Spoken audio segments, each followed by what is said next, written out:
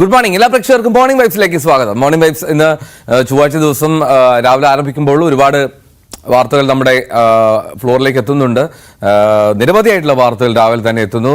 അതിൽ വളരെ പ്രധാനപ്പെട്ട ഒരുപാട് കാര്യങ്ങൾ, പ്രത്യേകിച്ചും AKG സെന്റർ ആക്രമണ കേസിൽ രണ്ടാം പ്രതി സുഹൈൽ അറസ്റ്റിലായി. മറ്റൊന്ന് ഈ CPM-ന്റെ വിലയിരുത്തലാണ്. തെരഞ്ഞെടുപ്പ് തോൽവി അത് അടിത്തറ ഇളക്കുന്നു എന്നുള്ളതാണ് തിരുവനന്തപുരം ബ്യൂറോ റിപ്പോർട്ട് ചെയ്യുന്നത്. അത്തരത്തിലൊരു വിലയിരുത്തലുണ്ടായി CPM-ന്റെ ഉള്ളിൽ തന്നെ എന്നുള്ളതാണ് ഏറ്റവും മറ്റൊരു പ്രധാനപ്പെട്ട കാര്യം. അങ്ങനെ നിരവധിയായിട്ടുള്ള വാർത്തകൾ നമ്മൾ ഇന്ന് ചേരും. നമ്മൾ ആദ്യം തന്നെ തിരുവനന്തപുരത്തേക്ക് പോവുകയാണ്. അവിടെ AKG സെന്റർ ആക്രമണ കേസിൽ ഒളിവിലായിരുന്ന രണ്ടാം പ്രതി അറസ്റ്റിലായി. സുഹൈൽ ഷാജഹാനാണ് അറസ്റ്റിലായത്.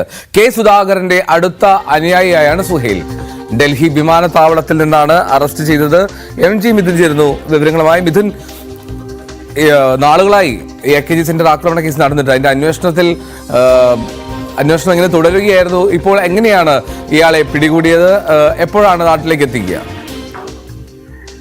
എന്തോ കൃത്യം പറഞ്ഞാൽ 2 വർഷമായി AKG സെന്റർ ആക്രമണ സംഭവം ഉണ്ടായിട്ട് 2022 ജൂലൈ 1-നായിരുന്നു ഈ ഒരു സംഭവം ഉണ്ടാകുന്നത്. പുലർച്ചയോടുകൂടി ഇത്തരത്തിൽ ഈ 2 പ്രതികൾ ജിയോ സ്കൂട്ടറിലെത്തി പടക്കമറിയുകയായിരുന്നു. അത് വലിയ രീതിയിലുള്ള സ്ഫോടന വസ്തുവാണ് എറിഞ്ഞെന്നുള്ളൊരു ആരോപണം നേരത്തെ EP ജയരാജനും ഒപ്പം തന്നെ PK ശ്രീമതി അടക്കമുള്ളവർ അറിയിക്കുകയും ചെയ്തു. അതിനെ തുടർന്നായിരുന്നു പിന്നീട് അന്വേഷണം ഉണ്ടാവുകയും ചെയ്തത്. അതേ തുടർന്ന് ഈ പ്രധാനപ്പെട്ട പ്രതിയായിട്ടുള്ള ഈ AKG സെന്റർ ആക്രമണ കേസിലെ സുഹൈൽ ഷാജഹാനാണ് ഇപ്പോൾ അറസ്റ്റിലായിരിക്കുന്നത്. അദ്ദേഹം കെ സുധാകരന്റെ അടുത്ത അനുയായി കൂടിയായിരുന്നു. ഡൽഹി വിമാനത്താവളത്തിൽ നിന്നാണ് അദ്ദേഹത്തെ അറസ്റ്റ് ചെയ്യുന്നത്. അന്വേഷണ സംഘം ഇന്ന് ഡൽഹിക്ക് പുറപ്പെടും. തിരുവനന്തപുരത്ത് വൈകിട്ടോടുകൂടി എത്തിക്കുമെന്നാണ് നമുക്ക് മനസ്സിലാക്കാൻ സാധിക്കുന്നത്. നമുക്കറിയാം, ഞാൻ നേരത്തെ സൂചിപ്പിച്ച പോലെ തന്നെ 2022 ജൂലൈ 1-നാണ് AKG സെന്റർ സ്കൂട്ടറിലെത്തിയ ആൾ പടക്കം പറയുന്നത്. സംഭവം വലിയ കോളിളക്കം സൃഷ്ടിച്ചുവെങ്കിൽ പോലും തന്നെ അന്വേഷണം എങ്ങും എത്താത്ത സ്ഥിതിവിശേഷത്തിലേക്ക് കാര്യങ്ങൾ പോയിരുന്നു. അതായത് അന്ന് V. ജിതിൻ എന്ന മണ്ഡലം കമ്മിറ്റി സെക്രട്ടറി അറസ്റ്റ് ചെയ്തു എങ്കിൽ പോലും തന്നെ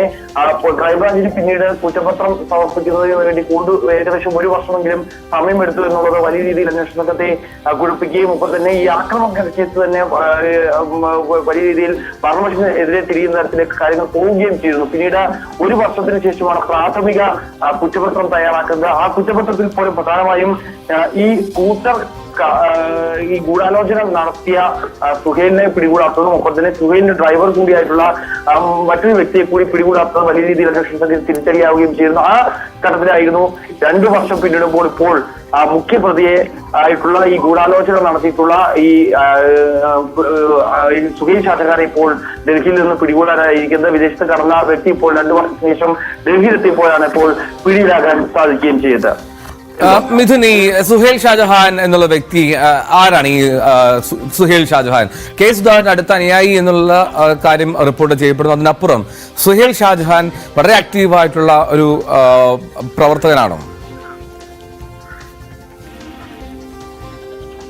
സുഹൈൽ ഷാജഹാൻ ആ സമയത്ത് യൂത്ത് കോൺഗ്രസിന്റെ ജില്ലാ സെക്രട്ടറിയാണ്. ഒപ്പം തന്നെ കേസ് നേരത്തെ സൂചിപ്പിച്ചപ്പോൾ തന്നെ കെ സുധാകരന്റെ അടുത്ത അനുയായികളിൽ ഒരാൾ കൂടിയായിരുന്നു സുഹൈൽ ഷാജഹാൻ എന്ന് പറയുന്നത്. ആ സമയത്താണ് ഈ കേസ് ഉണ്ടാവുകയും തുടർന്ന് ഇതിനു മുമ്പ് തന്നെ, അതായത് ഈ കേസുകളിൽ പ്രതികളിലേക്ക് എത്തിക്കുന്നതിന് മുമ്പ് തന്നെ സുഹൈൽ ഷാജഹാനും ഒപ്പം തന്നെ അദ്ദേഹത്തിന്റെ ഈ ഒരു അനുയായി കൂടിയായിട്ടുള്ള, അതായത് ഡ്രൈവർ കൂടി ഇവിടെ നിന്ന് കടന്നു കഴിയുന്നതായിരുന്നു എന്നാണ് നമുക്ക് മനസ്സിലാക്കാൻ സാധിക്കുന്നത്. അതായത് ഡ്രൈവർ സുധീഷിന്റേതാണ് ഈ സ്കൂട്ടർ എന്ന് ക്രൈംബ്രാഞ്ച് പിന്നീട് കണ്ടെത്തുകയും ചെയ്തു. പക്ഷെ അപ്പോഴേക്കും ഇരുവരും വിദേശത്ത് എത്തിയിരുന്നു. അതോടെയാണ് ഈ അന്വേഷണം അവിടെ വെച്ച് നിലയ്ക്കുന്നത്. കള്ളക്കേസ് ആയതുകൊണ്ടാണ് അന്വേഷണം തുടരാത്തതെന്നാണ് പ്രതികളുടെ പ്രധാനമായും ആരോപണം ഉന്നയിച്ചിരുന്നത്. വിദേശത്തുള്ള സുഹൈൽ ഷാജഹാനെ സുധീഷിനെ പിടികൂടാൻ അന്ന് ലൂക്കൌട്ട് നോട്ടീസ് ഇറക്കുകയും ഒപ്പം തന്നെ ഇറക്കിയെങ്കിൽ പോലും തന്നെ ഇരുവരും നാട്ടിലെത്താൻ തയ്യാറായില്ലായിരുന്നു. ഇനി ഇരുവരെയും നാട്ടിലെത്തിക്കാൻ റെഡ് കോർണർ നോട്ടീസ് പുറപ്പെടുവിക്കുന്ന സ്ഥിതിവിശേഷത്തിലേക്ക് കാര്യങ്ങൾ പോകുമെന്നൊക്കെ അന്വേഷണ സംഘം പറയുകയും ചെയ്യുന്നു. അതിനുശേഷമാണ് കുറ്റപത്രം സമർപ്പിക്കുക എന്നുള്ള ക്രൈംബ്രാഞ്ചിന്റെ വിശദീകരണമൊക്കെ അന്ന് വലിയ രീതിയിൽ കോളിളക്കം സൃഷ്ടിക്കുകയും ചെയ്തു. ഏകദേശം 1 വർഷത്തിന് പിന്നാലെയാണ് പ്രാഥമികമായിട്ടുള്ള ഒരു കുറ്റപത്രം സമർപ്പിക്കാൻ പോലും അന്വേഷണ സംഘത്തിന് സാധിക്കുകയും ചെയ്തു. പിന്നീട് ഈ 2 പ്രതികളെ പിടികൂടാത്തതോടുകൂടി തന്നെ 1-2, അതായത് പിടികൂടിയിട്ടുള്ള 1-2 പ്രതികളായിട്ടുള്ള ജിതിനും ഒപ്പം തന്നെ ധനിയും ഇവരെ പ്രതികളാക്കിക്കൊണ്ട് പിന്നീട് കേസ് മുന്നോട്ട് പോവുകയായിരുന്നു. അതിനുശേഷമാണ് ഇപ്പോൾ 1 വർഷത്തിനിപ്പുറം പ്രധാനപ്പെട്ട പ്രതി ഈ കേസിൽ ഗൂഢാലോചന നടത്തിയിട്ടുള്ള സുഹൈൽ ഷാജഹാൻ തന്നെ ഇപ്പോൾ പിടിയിലായിരിക്കുന്നത്. എന്തോ MG മിഥുനാണ് വിവരങ്ങൾ നൽകിക്കൊണ്ടിരുന്നത്. ഡൽഹി വിമാനത്താവളത്തിൽ നിന്നാണ് ഈ സുഹൈൽ ഷാജഹാനെ അറസ്റ്റ് ചെയ്തത്. എന്താണെങ്കിലും മിഥുൻ സൂചിപ്പിച്ചതുപോലെ 2 വർഷമായി AKG സെന്റർ ആക്രമണ കേസ് നടന്നിട്ട് ഈ 2 വർഷം പിന്നിടുമ്പോഴാണ് മുഖ്യപ്രതികളായിട്ടുള്ള സുഹൈൽ ഇപ്പോൾ അറസ്റ്റിലായത്. ഇനി മറ്റു വാർത്തകളിലേക്ക് പോയാൽ സംസ്ഥാനത്ത് പകർച്ചവ്യാധികൾ പടർന്നു പിടിക്കുന്ന ഒരു സാഹചര്യം അത് പ്രതിപക്ഷം ഇന്ന് നിയമസഭയിൽ ഉന്നയിക്കുമെന്നുള്ളതാണ്. സഭാ നടപടികൾ നിർത്തിവെക്കാനുള്ള ഉപക്ഷേപമായിട്ടാകും വിഷയം സഭയിൽ വരിക. എക്സൈസ് തദ്ദേശ വകുപ്പുകളുടെ ധനാഭ്യർത്ഥന ചർച്ചകളും ഇന്ന് സഭയിൽ നടക്കും. MG മിഥുൻ വീണ്ടും ചേരുന്നുണ്ട്. മിഥുന്, ഈ പകർച്ചവ്യാധി സാഹചര്യം അത് ഇപ്പോൾ ഉന്നയിക്കുക, അത് അങ്ങനൊരു അടിയന്തരമായിട്ടുള്ള പരിഗണിക്കേണ്ട വിഷയമായി കരുതുമോ സർക്കാർ? സ്വാഭാവികമായും ഈ ഉപക്ഷേപം എന്തായാലും അനുമതി ലഭിക്കാനുള്ള സാധ്യത വളരെ കുറവാണ്. നിലവിൽ ഈ മഴക്കാലമൊക്കെ തന്നെയാണ് അകത്തിൽ പറന്നു പിടിക്കാൻ, രോഗങ്ങൾ പലതും പറന്നു പിടിക്കാനുള്ള സാഹചര്യമുണ്ട്. ആരോഗ്യവകുപ്പിനെതിരെ വലിയ രീതിയിൽ ഗുരുതരമായിട്ടുള്ള ആരോപണങ്ങൾ നേരത്തെ തന്നെ പല കോണുകളിൽ നിന്നും ഉയർന്നു വരുന്ന സാഹചര്യമുണ്ട്. ഇത് കേന്ദ്രീകരിച്ചാണ് ഇപ്പോൾ സഭയിൽ ഈ വിഷയം ഉന്നയിക്കാൻ പ്രതിപക്ഷം തീരുമാനിക്കുകയും ചെയ്തിരിക്കുന്നത്. എന്തായാലും ഈ വിഷയം അടിയന്തരമായി ഇടപെടണമെന്ന് ആവശ്യപ്പെട്ടുകൊണ്ടാണ് ഈ ഒരു ഉപക്ഷേപം സഭ നിർത്തിവെച്ച് ചർച്ച ചെയ്യണമെന്ന് ആവശ്യപ്പെട്ടുകൊണ്ട് പ്രതിപക്ഷം മുന്നോട്ട് വയ്ക്കുകയും ചെയ്യുന്നത്. പക്ഷേ ഇക്കാര്യത്തിൽ ഒരു അടിയന്തര ഇടപെടൽ ഉണ്ടാകാൻ സാധ്യതയില്ല. ഈ പ്രമേയം തള്ളാനുള്ള സാധ്യത തന്നെയാണ് നമുക്ക് കാണാൻ സാധിക്കുന്നത്. അടിയന്തരമായി സഭ നിർത്തി വെക്കേണ്ട ഒരു സാഹചര്യം ഉണ്ടാവില്ല എന്നുള്ളത് തന്നെയാണ്.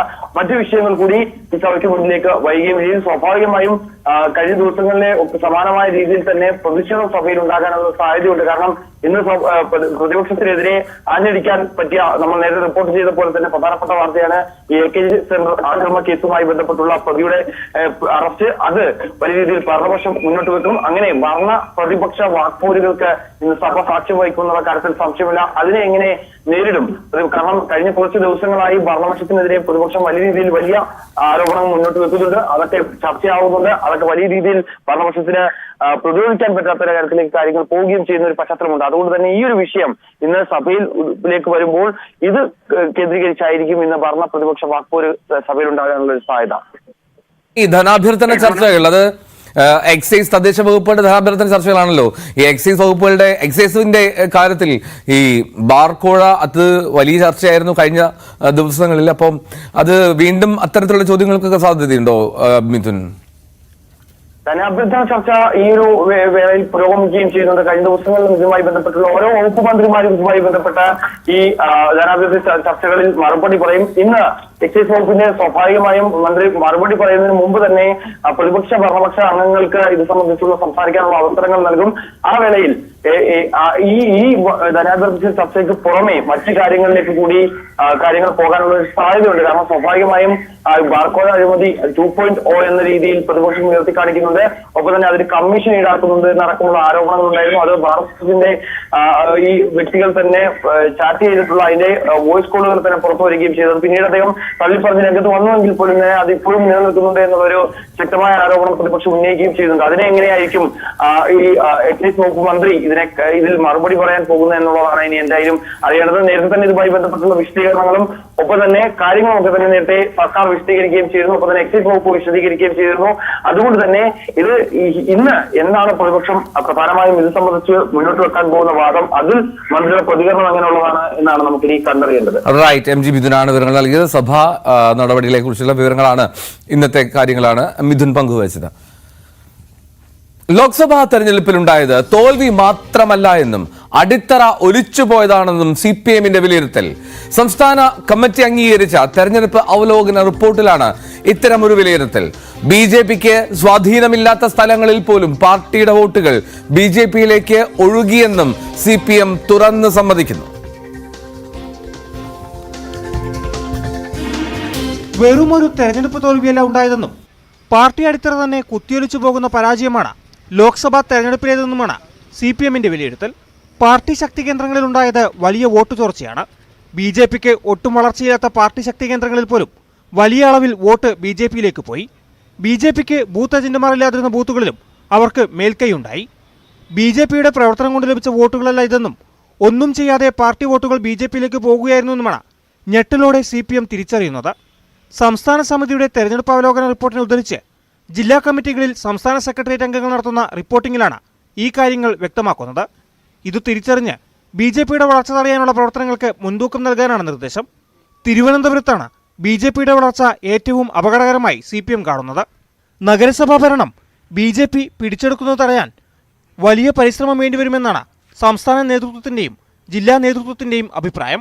നഗരഭരണത്തിനും മേയർ ആര്യ രാജേന്ദ്രനുമെതിരെ വലിയ വികാരം ജനങ്ങളിലുണ്ടെന്ന യാഥാർത്ഥ്യവും പാർട്ടി നേതൃത്വത്തെ ആശങ്കയിലാക്കുന്നു. CPM-ന്റെ ശക്തി കേന്ദ്രങ്ങളായി കരുതപ്പെട്ടിരുന്ന നിയമസഭാ മണ്ഡലങ്ങളിൽ ലോക്സഭാ തെരഞ്ഞെടുപ്പിൽ BJP ഉണ്ടാക്കിയ അസാധാരണ മുന്നേറ്റവും CPM-നെ ആശങ്കയിലാക്കുന്നുണ്ട്. ന്യൂസ് 18 തിരുവനന്തപുരം. ഈ വാർത്തയുടെ വിവരങ്ങൾ, ഈ റിപ്പോർട്ടിന്റെ വിവരങ്ങൾ VV അരുൺ കൂടുതലായി പങ്കുവെക്കും. അരുൺ, ഏറ്റവും ഒടുവിൽ അംഗീകരിക്കപ്പെട്ട റിപ്പോർട്ടിൽ, അവലോകന റിപ്പോർട്ടിൽ അതിൽ വ്യക്തമായി പറയുന്നുണ്ട് അടിത്തറ ഇളകുന്ന ഒരു തോൽവിയായി പോയി എന്നുള്ളത്, അടിത്തറ ഒലിച്ചുപോയി എന്നുള്ളതാണ് ഈ അവലോകന റിപ്പോർട്ടിൽ CPM തുറന്ന് സമ്മതിക്കുന്നത്. എന്തൊക്കെയാണ് റിപ്പോർട്ടിലെ മറ്റു വിശദാംശങ്ങൾ? തെരഞ്ഞെടുപ്പിലുണ്ടായത് വെറുമൊരു സാങ്കേതികമായ ഒരു തോൽവി മാത്രമല്ലെന്നും പാർട്ടിയുടെ അടിത്തറ തന്നെ ഒലിച്ചു പോകുന്ന വമ്പൻ പരാജയമാണ് ഉണ്ടായതെന്ന വിലയിരുത്തലാണ് CPM-ന്റെ നേതൃത്വത്തിനുള്ളത്. സംസ്ഥാന സമിതി റിപ്പോർട്ട് ഉദ്ധരിച്ച് ജില്ലാ കമ്മിറ്റി യോഗങ്ങളിലും ജില്ലാ സെക്രട്ടേറിയറ്റുകളിലും പങ്കെടുക്കുന്ന നേതാക്കൾ റിപ്പോർട്ട് ചെയ്യുന്നത് ഇപ്രകാരമാണ്.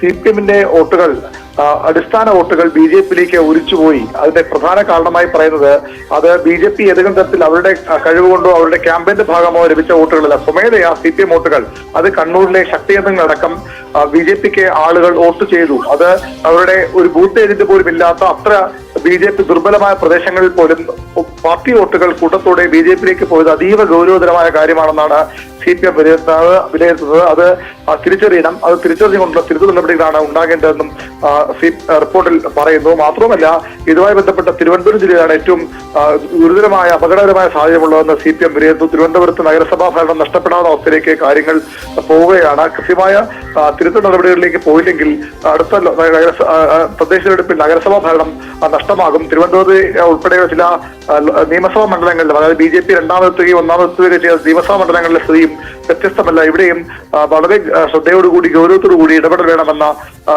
നിർദ്ദേശമാണ് CPM-ന്റെ സംസ്ഥാന സമിതി നൽകുന്നത്. അത് അത്തരത്തിലുള്ള റിപ്പോർട്ടാണ് ഈ നേതാക്കൾ ജില്ലാ കമ്മിറ്റികളിൽ ഇപ്പോൾ റിപ്പോർട്ട് ചെയ്യുകയും ചർച്ച ചെയ്യുകയും ചെയ്യുന്നത്.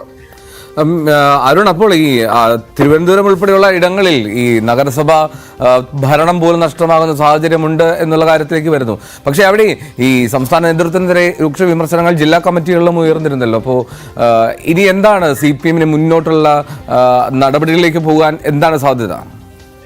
ഏറ്റവും പ്രധാനപ്പെട്ട കാര്യം, CPM-ൽ ഇത്തരത്തിലുള്ള വിമർശനങ്ങൾ, നേതൃത്വത്തിനെതിരായ വിമർശനങ്ങൾ ഈ രീതിയിൽ ഉയർന്നു വന്നിട്ട് വർഷങ്ങളായെന്ന് പറയണം. CPM-ൽ പിണറായി വിജയനും VS അച്യുതാനന്ദനും രണ്ടു ധ്രുവങ്ങളിലായിരുന്ന ആ കാലത്ത് ശേഷം, പ്രത്യേകിച്ച് തിരുവനന്തപുരം ജില്ലയിലൊക്കെ പിണറായി വിജയനെതിരെ ഈ രീതിയിലുള്ള വിമർശനം ആ സമയത്ത് വലിയ രീതിയിൽ VS-നൊപ്പം നിന്ന ജില്ലാ കമ്മിറ്റിയായ തിരുവനന്തപുരം ആ സമയത്ത് വലിയ വിമർശനങ്ങൾ പിണറായി വിജയനെതിരെയും തിരിച്ചുമൊക്കെ ഉണ്ടായ സമയമുണ്ടായത്. പക്ഷേ അതിനുശേഷം നേതാക്കൾ തന്നെ സംസാരിക്കുമ്പോൾ പറയുന്നത് പല കമ്മിറ്റികളിൽ പങ്കെടുക്കുന്ന നേതാക്കളെ പോലും ഞെട്ടിച്ചുകൊണ്ടുള്ള വിമർശനമാണ് ജില്ലാ കമ്മിറ്റിയിൽ അംഗങ്ങൾ ഉയർത്തിയത്. ഇത്തരത്തിൽ മുഖ്യമന്ത്രിയുടെ ഓഫീസ് ഇരുമ്പ് മറ ആയി മാറുന്നു എന്ന തരത്തിലുള്ള വിമർശനങ്ങൾ പലപ്പോഴും എന്തുകൊണ്ട് SFI പിന്നിലായി പോയി എന്ന ചോദ്യത്തിന് ഒരു നേതാവ് പരിഹാസരൂപേണ പറഞ്ഞത്, ഞങ്ങൾ ഡിവൈഎഫ്ഐയുടെ SFIയുടെ ഭാരവാഹികളായിരിക്കുമ്പോൾ CPM-ന്റെ ഒരു നേതാവ്, അന്ന് SFIയുടെ ചുമതലയ നേതാവ്, ആ തലമുറയും അതിനുശേഷം വന്ന തലമുറയും, അന്ന് അദ്ദേഹം ഞങ്ങൾക്ക് അണ്ണനായിരുന്നു, പിന്നീട് തലമുറയ്ക്ക് അദ്ദേഹം മാമനായി മാറി. ഇനി എന്റെ മകൾ SFIയിൽ വന്നാൽ ആ നേതാവിനെ അപ്പൂപ്പൻ എന്ന് വിളിച്ച് അദ്ദേഹത്തെ തന്നെ വീണ്ടും SFIയുടെ ചാർജുകാരനായി കൊണ്ടുവരും. ഇത്തരത്തിൽ ഓരോ തലത്തിലും ഓരോ നേതാവിനെയും പേരെടുത്ത് പറഞ്ഞുകൊണ്ടും എന്തുകൊണ്ട് ഇവിടെ സംഘടന രക്ഷപ്പെടുന്നില്ല എന്ന് പറഞ്ഞുകൊണ്ടുള്ള വിമർശനമാണ് ഓരോ കമ്മിറ്റിയിലും നടക്കുന്നത്. ഇത് SFIയുടെ കാര്യത്തിൽ മാത്രമല്ല ഉണ്ടായത്. നേതാക്കൾക്കെതിരെ മാധ്യമങ്ങൾ നിരന്തരം മാധ്യമ വിമർശനം പ്രസംഗങ്ങളിലെ പ്രധാന അജണ്ടയെ മാറ്റുന്ന നേതാക്കൾക്കെതിരെ ആഞ്ഞടിച്ചു ഒരു ഏരിയ സെക്രട്ടറി തിരുവനന്തപുരം ജില്ലാ കമ്മിറ്റി യോഗത്തിൽ. മാധ്യമങ്ങളെല്ലാം വിരുദ്ധരാണ്, എന്തുകൊണ്ട് മാധ്യമങ്ങളെ വിരുദ്ധപക്ഷത്ത് ശത്രുപക്ഷത്ത് നിർത്തുന്നു? നേതാക്കളെ വിമർശിച്ചത് കൊണ്ട് മാത്രം മാധ്യമങ്ങൾ പാർട്ടി വിമർശിക്കുമെന്ന് പറയാൻ കഴിയുമോ? നേതാക്കളുടെ കൊള്ളരമായ അത്തരം പ്രവൃത്തികൾ വിമർശിച്ചാൽ അവർ എങ്ങനെ CPM-നെതിരാകും? CPM-നൊപ്പം നിൽക്കുന്ന, മനസ്സുകൊണ്ട് ഒപ്പം നിൽക്കുന്ന മാധ്യമങ്ങളെ പോലും അകറ്റുന്ന നിലപാടാണ് നേതൃത്വത്തിന്റെ ഭാഗത്തുണ്ടാകുന്നത്. അങ്ങനെ കഴിഞ്ഞ കുറെ കാലങ്ങളായി CPM നേതൃത്വം നടത്തി വന്ന പ്രവർത്തനങ്ങളെ എല്ലാം എണ്ണി പറഞ്ഞുകൊണ്ട് കൃത്യമായ ഒരു വിമർശനമാണ് ജില്ലാ കമ്മിറ്റികൾ ഉയരുന്നത്. തിരുവനന്തപുരത്ത് മാത്രമുണ്ടായ ഒരു കാഴ്ചയല്ല ഇത്. കണ്ണൂർ ഉൾപ്പെടെ കാസർഗോഡ് തുടങ്ങി തിരുവനന്തപുരം വരെയുള്ള എല്ലാ ജില്ലാ കമ്മിറ്റികളിലും ഇത്തരത്തിൽ പാർട്ടി നേതൃത്വത്തിന് മുഖ്യമന്ത്രിയുടെ ശൈലിക്കെതിരെ വിമർശനമുണ്ടാകുന്നു. നേരത്തെയൊക്കെ മുഖ്യമന്ത്രിമാരെ ഉച്ചയ്ക്ക് ശേഷം 3 മണിക്ക് ശേഷം ഓഫീസിലെത്തിയാൽ മുഖ്യമന്ത്രി അവരെ കാണാൻ ഉള്ള അവസരമുണ്ടായിരുന്നു പാർട്ടിക്കാർക്കും സാധാരണക്കാർക്കും. ഇപ്പോൾ സാധാരണക്കാർക്ക് മാത്രമല്ല പാർട്ടി നേതാക്കൾക്കും മുഖ്യമന്ത്രിയുടെ ഓഫീസ് അന്യമായി ആർക്കും അവിടേക്ക് കടന്നു ചെല്ലാൻ കഴിയാത്ത സാഹചര്യമുണ്ട്. നിയമസഭയിൽ മുഖ്യമന്ത്രിയെ കാണാൻ പോയപ്പോൾ അവിടെ നിന്ന് ആളുകൾ സാധാരണക്കാരെ പോലീസ് ഉദ്യോഗസ്ഥർ ബലം പ്രയോഗിച്ച് വാറ്റൻപാട് മാറ്റി നിർത്തുന്ന കാഴ്ച കണ്ടു. എന്താണ് സംഭവിക്കുന്നത്? ഇരുമ്പ് മറയ്ക്കുള്ളിൽ ആരാണ് മുഖ്യമന്ത്രിയെ ഉൾപ്പെടുത്തിയിരിക്കുന്നത്? എന്തുകൊണ്ട് അദ്ദേഹത്തെ ഈ രീതിയിൽ അദ്ദേഹത്തെ കൊണ്ടുപോകുന്നു തുടങ്ങിയ വളരെ രൂക്ഷമായ വിമർശനങ്ങൾ ഓരോ കാര്യങ്ങളും എടുത്തു പറഞ്ഞുകൊണ്ടാണ് ജില്ലാ കമ്മിറ്റികളിൽ നടക്കുന്നത്. തിരുത്തലാണ് ഇനി പ്രധാനം. ഈ ജില്ലാ കമ്മിറ്റികളിൽ ചർച്ച ചെയ്തു വരുന്ന റിപ്പോർട്ട് കീഴ്ഘടകങ്ങളിലേക്കും ബ്രാഞ്ച് തലം വരെ പോകും. അവിടെ നിന്ന് കൂടിയുള്ള നിർദ്ദേശങ്ങൾ ഈ ചർച്ചകളിലൊക്കെ നിർദ്ദേശങ്ങൾ പരിഗണിച്ചുകൊണ്ടാകും CPM തിരുത്തൽ രേഖ തയ്യാറാക്കുക. ആ തിരുത്തൽ രേഖ ഈ മാസം 21, 22 തീയതികൾ ചേർന്ന സംസ്ഥാന സമിതി യോഗം അംഗീകരിക്കാനാണ് സാധ്യത. തിരുത്തൽ രേഖയ്ക്ക് ഒപ്പം സർക്കാരിന്റെ പ്രവർത്തകർ കൃത്യമായ ഒരു മാർഗരേഖ, പ്രയോറിറ്റി, മുൻഗണനാക്രമം നിശ്ചയിച്ചുകൊണ്ട് ഒരു രേഖയും CPM തയ്യാറാക്കും. വൻകിട പദ്ധതികൾ ഏറ്റെടുക്കുന്നതിന് പകരം ജനങ്ങൾക്ക് നൽകിയ ഉറപ്പുകൾ പാലിക്കാൻ, ജനക്ഷേമ പദ്ധതികൾ നടപ്പാക്കാൻ, പെൻഷനും ശമ്പളവും ഉൾപ്പെടെയുള്ള മുടങ്ങാതെ കൊണ്ടുപോകാനൊക്കെയുള്ള നിർദ്ദേശങ്ങളാകും ആ രേഖയിലുള്ളത്. അത്തരം കാര്യങ്ങളിലാണ് ഇപ്പോൾ ചർച്ച നടക്കുന്നത്. 2-ാം തീയതി ഇന്നു മുതൽ മേഖലാ റിപ്പോർട്ടിങ്ങൾ CPM ആരംഭിക്കുകയാണ്. 3 ജില്ലകളെ ഒരു മേഖലയെ തിരിച്ചുകൊണ്ടുള്ള റിപ്പോർട്ടിംഗ് എല്ലാ ജില്ലകളിലും നടക്കും. അവിടെയും ലോക്കൽ സെക്രട്ടറിമാർ വരെയുള്ളവർ പങ്കെടുക്കും. അത്തരത്തിൽ അവിടെ നിന്ന് നിർദ്ദേശങ്ങളും CPM പറയുന്നത്. ഏതായാലും CPMന്റെ സംഘടനാ ചരിത്രത്തിൽ അടുത്ത കാലത്തും ഉണ്ടായിട്ട് ഏതാണ്ട് ഒരു ദശാബ്ദത്തിന് ഇപ്പുറം ഉണ്ടാകാത്ത തരത്തിലുള്ള വിമർശനമാണ് കമ്മിറ്റികളിൽ നടക്കുന്നത്. അത് തിരുത്തലിന്റെ കാര്യത്തിലും അത്തരം തീരുമാനങ്ങൾ ഉണ്ടാകുമോ എന്നാണ് അറിയേണ്ടത്. റൈറ്റ്, വി അരുണാണ് വിവരങ്ങൾ നൽകിയത്. എന്നാലും പാർട്ടിയുടെ വോട്ടുകൾ അത് BJPയിലേക്ക് ഒഴുകി പാർട്ടിയുടെ അടിത്തറ ഇളകിയ ഒരു ലോക്സഭാ തെരഞ്ഞെടുപ്പ് തോൽവിയാണ് സംഭവിച്ചത്. അങ്ങനെ വളരെ വിശദമായിട്ടുള്ള ഒരു അവലോകന റിപ്പോർട്ടാണ് സംസ്ഥാന സമിതിയിൽ ഉണ്ടായത്. കോഴിക്കോട് അമീബിക് മസ്തിഷ്ക ജ്വര ലക്ഷണങ്ങളോടെ ഒരു കുട്ടി കൂടി ചികിത്സയിൽ. കൊയിലാണ്ടി സ്വദേശിയായിട്ടുള്ള 14 വയസ്സുള്ള കുട്ടിയെയാണ് രോഗലക്ഷണത്തോടുകൂടി ആശുപത്രിയിൽ പ്രവേശിപ്പിച്ചത്. ഫറോക്കിൽ രോഗം സ്ഥിരീകരിച്ച ചികിത്സയിലുള്ള 14-കാരന്റെ ആരോഗ്യനില അത് ഗുരുതരമായി തുടരുകയാണ്. MS അനീഷ് കുമാർ ചേരുന്നു. അനീഷ്, കോഴിക്കോട് വീണ്ടും ഒരു മസ്തിഷ്ക ജ്വര ഭീതി ഉയർത്തുന്ന ഒരു വാർത്തയാണല്ലോ. പൂർണ്ണമായും സ്ഥിരീകരിക്കാൻ കഴിയുന്നുണ്ടോ അത് മസ്തിഷ്ക ജ്വരം ആണ് എന്നുള്ളത്?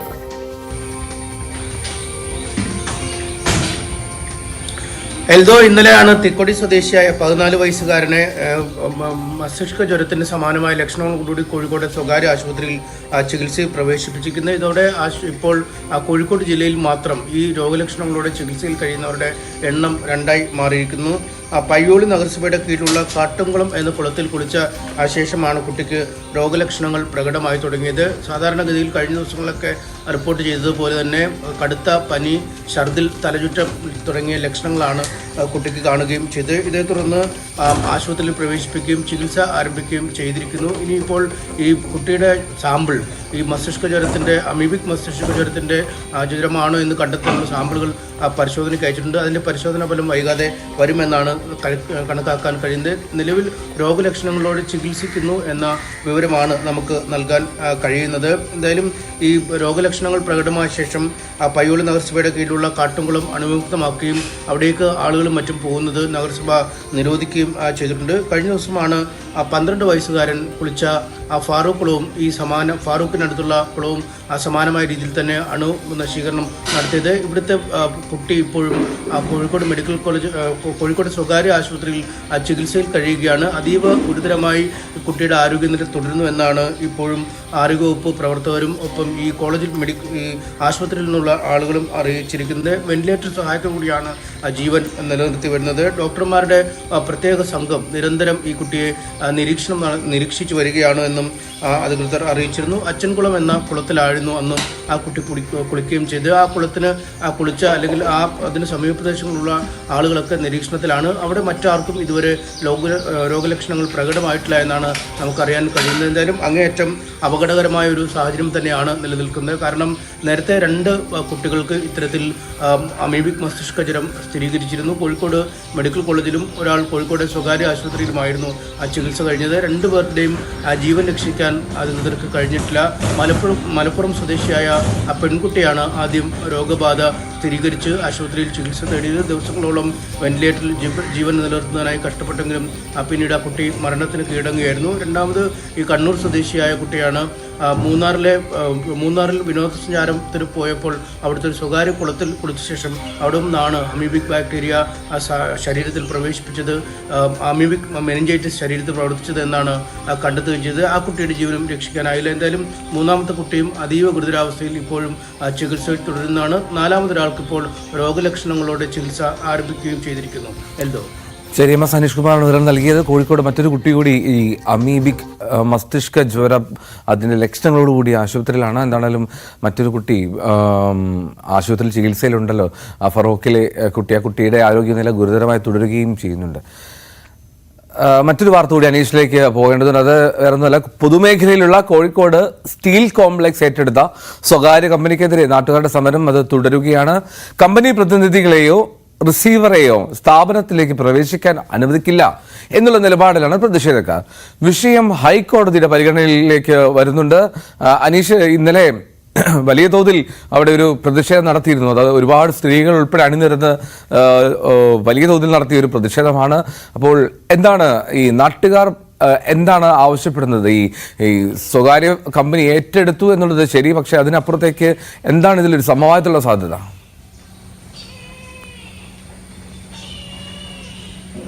എൽദോ, തൽക്കാലം സമവായ സാധ്യതകളൊന്നും മുന്നോട്ട് നീങ്ങുന്നില്ല എന്നാണ് നമുക്ക് മനസ്സിലാക്കാൻ കഴിയുന്നത്. കാരണം സ്റ്റീൽ കോംപ്ലക്സ് എന്ന സ്റ്റീൽ അതോറിറ്റി ഓഫ് ഇന്ത്യയുടെയും സംസ്ഥാന സർക്കാരിൻ്റെയും ഒരു സംരംഭമായിരുന്നു സ്റ്റീൽ അതോറിറ്റി ഓഫ് ഇന്ത്യ. എന്നാൽ കഴിഞ്ഞ കുറേ വർഷങ്ങളായി നഷ്ടത്തിൻ്റെ കണക്കുകൾ മാത്രമാണ് കമ്പനിക്ക് പറയാനുണ്ടായത്. ഇതേ തുടർന്നാണ് ഈ നവീകരണവും മറ്റും കാര്യങ്ങൾക്കായി കാനറ ബാങ്കിൽ നിന്നും ഒരു ലോൺ എടുക്കുകയുണ്ടായി. ഈ ലോണിൻ്റെ കുടിശ്ശിക വരികയും ഈ പണം ഈടാക്കുന്നതിനായി കമ്പനി വിൽക്കണമെന്ന് കമ്പനി ലോ ബോർഡിൽ ഈ സ്വകാര്യ ബാങ്ക് അപേക്ഷിക്കുകയും ചെയ്തു. ഇതേ തുടർന്നാണ് പിന്നീട് ഈ ബാങ്ക് ഏറ്റെടുക്കുന്ന അടക്കമുള്ള ഈ സ്ഥലം ഏറ്റെടുക്കുന്ന അടക്കമുള്ള നടപടിക്രമങ്ങളിലേക്ക് ചണ്ഡീഗഡ് ആസ്ഥാനമായ സ്വകാര്യ കമ്പനി അങ്ങനെ ഒരു കൺസോർഷ്യത്തിനാണ് ഈ ലേലത്തിൽ ബാങ്ക് ഈ കമ്പനി നൽകുകയും ചെയ്തത്. എന്നാൽ 300 കോടി രൂപയിലധികം ആസ്തിയുള്ള കമ്പനിയുടെ വസ്തുക്കൾ കേവലം 25 കോടി രൂപയ്ക്ക് ഈ ബാങ്ക് സ്വകാര്യ കമ്പനിക്ക് കൈമാറി എന്ന ഗുരുതരമായ ആക്ഷേപമാണ് ഇവർ മുന്നോട്ട് വെച്ചിരിക്കുന്നത്. എന്തായാലും സംസ്ഥാന സർക്കാർ തന്നെ ഈ കൊച്ചി ബെഞ്ച്, ഈ കമ്പനി ലോ ട്രൈബ്യൂണലിന്റെ കൊച്ചി ബെഞ്ച് പുറപ്പെടുവിച്ച വിധിക്കെതിരെ ചെന്നൈയിലെ അതിൻ്റെ ഉപരിഘടകത്തിൽ ഹർജി നൽകിയിട്ടുണ്ട്. അതിന് താൽക്കാലികമായി ഭൂമി ഏറ്റെടുക്കുന്ന അടക്കമുള്ള ചില നടപടിക്രമങ്ങൾ സ്റ്റേ ചെയ്തിരിക്കുകയും ചെയ്യുന്നുണ്ട്. ഇത്തരമൊരു സാഹചര്യത്തിലാണ് കമ്പനി ഉടമകൾ കഴിഞ്ഞ ആഴ്ച ഈ ഇവിടെ സന്ദർശിച്ച് ഈ കമ്പനിയിലുള്ള വസ്തുക്കളുടെ ആസ്തി മൂല്യങ്ങൾ വിലയിരുത്തുന്നതിലൊരു നീക്കം നടത്താൻ ഒരുങ്ങിയത്. പക്ഷേ അന്ന് കമ്പനി പ്രതിനിധിയോ റിസീവറെയോ ഈ കമ്പനി വളപ്പിനുള്ളിൽ കയറ്റാൻ, സ്റ്റീൽ കോംപ്ലക്സിൽ കയറ്റാൻ തൊഴിലാളികൾ സമ്മതിച്ചിരുന്നില്ല. ഈ തൊഴിലാളികൾ വലിയ എതിർപ്പ് പ്രകടിപ്പിച്ചു. ഇതേ തുടർന്ന് ഈ കമ്പനി ഉടമകൾ ഹൈക്കോടതിയെ സമീപിക്കുകയും ഹൈക്കോടതിയിൽ നിന്നും ഇത്തരത്തിലൊരു പരിശോധന നടത്താൻ അനുമതി നൽകണം, അല്ലെങ്കിൽ ഇവർക്ക് വേണ്ട സുരക്ഷ നൽകണമെന്ന് പോലീസിന് നിർദ്ദേശം നൽകുകയും ചെയ്തിരുന്നു. ഇതിന്റെ അടിസ്ഥാനത്തിലാണ് ഇന്നലെ കമ്പനി ഉടമകൾ അല്ലെങ്കിൽ കമ്പനിയുടെ പ്രതിനിധികൾ സ്ഥാപനത്തിലെത്തുമെന്ന് അറിയിച്ചത്. ഇതേ തുടർന്ന് രാവിലെ മുതൽ തന്നെ വലിയ പ്രതിഷേധമാണ് തൊഴിലാളികളുടെ ഭാഗത്തുനിന്നും നേരിട്ടെത്താൻ. കാരണം കഴിഞ്ഞ ദിവസം ഹൈക്കോടതിയിലുണ്ടായ ഉത്തരവിൽ തൊഴിലാളികൾ ഈ കമ്പനി പ്രതിനിധികളെ തടയരുതെന്ന നിർദ്ദേശമുണ്ടായിരുന്നു. തൊഴിലാളി യൂണിയൻ പ്രവർത്തകരും തടയരുതെന്ന നിർദ്ദേശം വന്നു. അതുകൊണ്ട് ഇന്നലെ തൊഴിലാളികൾ നേരിട്ട് കളത്തിലിറങ്ങിയില്ലെങ്കിലും പ്രാദേശിക രാഷ്ട്രീയ നേതാക്കളും പ്രവർത്തകരും അടക്കമുള്ളവരാണ് ഇന്നലെ പ്രതിരോധം തീർത്തത്. എന്തായാലും പലവട്ടം പോലീസ് ഈ പ്രതിഷേധക്കാരെ അവിടെ നിന്നും നീക്കം ചെയ്യാൻ ശ്രമിച്ചെങ്കിലും അവർ അറസ്റ്റിന് വഴങ്ങാൻ തയ്യാറാവുകയോ മറ്റൊരു സംഘർഷത്തിലേക്ക് നീങ്ങുന്ന അവസ്ഥയിലേക്ക് കാര്യങ്ങൾ നീങ്ങുകയും ചെയ്തു. ഈ സമയത്ത് എന്നാൽ കമ്പനി പ്രതിനിധികൾ ഇന്നലെ ഈ കമ്പനി സന്ദർശിക്കാൻ എത്തിയിരുന്നുമില്ല. അതുകൊണ്ട് തന്നെ ഇന്നൊരു പക്ഷേ എത്തുമെന്ന കണക്കൂട്ടിലാണ്. ഒപ്പം ഈ കഴിഞ്ഞ ദിവസം ഹൈക്കോടതി നൽകിയ ഇഞ്ചക്ഷൻ ഓർഡർ, അതായത് കമ്പനി പ്രതിനിധിയോ റിസീവറെയോ സ്ഥാപനത്തിൽ പ്രവേശിപ്പിക്കാൻ അനുവദിക്കണമെന്ന ആ ഉത്തരവിന്മേൽ ഒരു അടിയന്തര സ്റ്റേ ആവശ്യപ്പെട്ടൊരു ഹർജി കൊടുത്തിട്ടുണ്ടായിരുന്നു. ആ ഹർജി ഇന്ന് പരിഗണനയ്ക്ക് വരികയും ചെയ്യും. ഒരുപക്ഷെ ഈ ഹർജിയിൽ തീർപ്പാകുന്ന മുറയ്ക്കായിരിക്കും റിസീവറോ കമ്പനി പ്രതിനിധിയോ ഇന്ന് സ്റ്റീൽ കോംപ്ലക്സിലേക്ക് വരാനുള്ള സാധ്യത. അങ്ങനെയെങ്കിൽ വലിയ പ്രതിഷേധത്തിന് തന്നെയാവും ഇന്നും കളമൊരുങ്ങുക. എൽദോ. കോഴിക്കോട് നിന്ന് അനീഷാണ് വിവരങ്ങൾ നൽകിയത്. സ്റ്റീൽ കോംപ്ലക്സ് അവിടെ സ്വകാര്യവൽക്കരിക്കുന്നതിൽ വലിയ പ്രതിഷേധം തുടരുന്നു എന്നാണല്ലോ അത് ഇന്നും ഉണ്ടാകുമെന്നുള്ളതാണ് അനീഷ് പറയുന്നത്. ഇനി മഴ അത് ഇന്നും ഉണ്ടാകുമെന്നുള്ളതാണ് പറയപ്പെടുന്നത്. 6 ജില്ലകളിലാണ് മഴയ്ക്ക് സാധ്യത. തിരുവനന്തപുരം, കൊല്ലം, ആലപ്പുഴ, കോഴിക്കോട്, കണ്ണൂർ, കാസർഗോഡ് ജില്ലകളിൽ യെല്ലോ അലർട്ടാണ് നൽകിയിട്ടുള്ളത്. നാളെ തൃശ്ശൂരും മലപ്പുറത്തും കോഴിക്കോടും കണ്ണൂർ ജില്ലയിലും ഒപ്പം കാസർഗോഡും യെല്ലോ അലർട്ട് പ്രഖ്യാപിച്ചിട്ടുണ്ട്. കേരള തീരത്തും തമിഴ്നാട് തീരത്തും നാളെ രാത്രി 11:30 വരെ കള്ളക്കടൽ പ്രതിഭാസത്തിനും ഉയർന്ന തിരമാലയ്ക്കും സാധ്യതയുണ്ട്. ബീച്ചിലേക്കുള്ള യാത്രകളും കടലിലിറങ്ങിയുള്ള വിനോദങ്ങളും പൂർണ്ണമായും ഒഴിവാക്കണമെന്നുള്ളതാണ് നിർദ്ദേശം. കടൽക്ഷോഭം രൂക്ഷമാകാൻ സാധ്യതയുള്ളതിനാൽ അപകട മേഖലകളിൽ നിന്ന് അധികൃതരുടെ നിർദ്ദേശാനുസരണം മാറി താമസിക്കണമെന്നും ദേശീയ സമുദ്ര സ്ഥിതി പഠന ഗവേഷണ കേന്ദ്രം അറിയിച്ചു.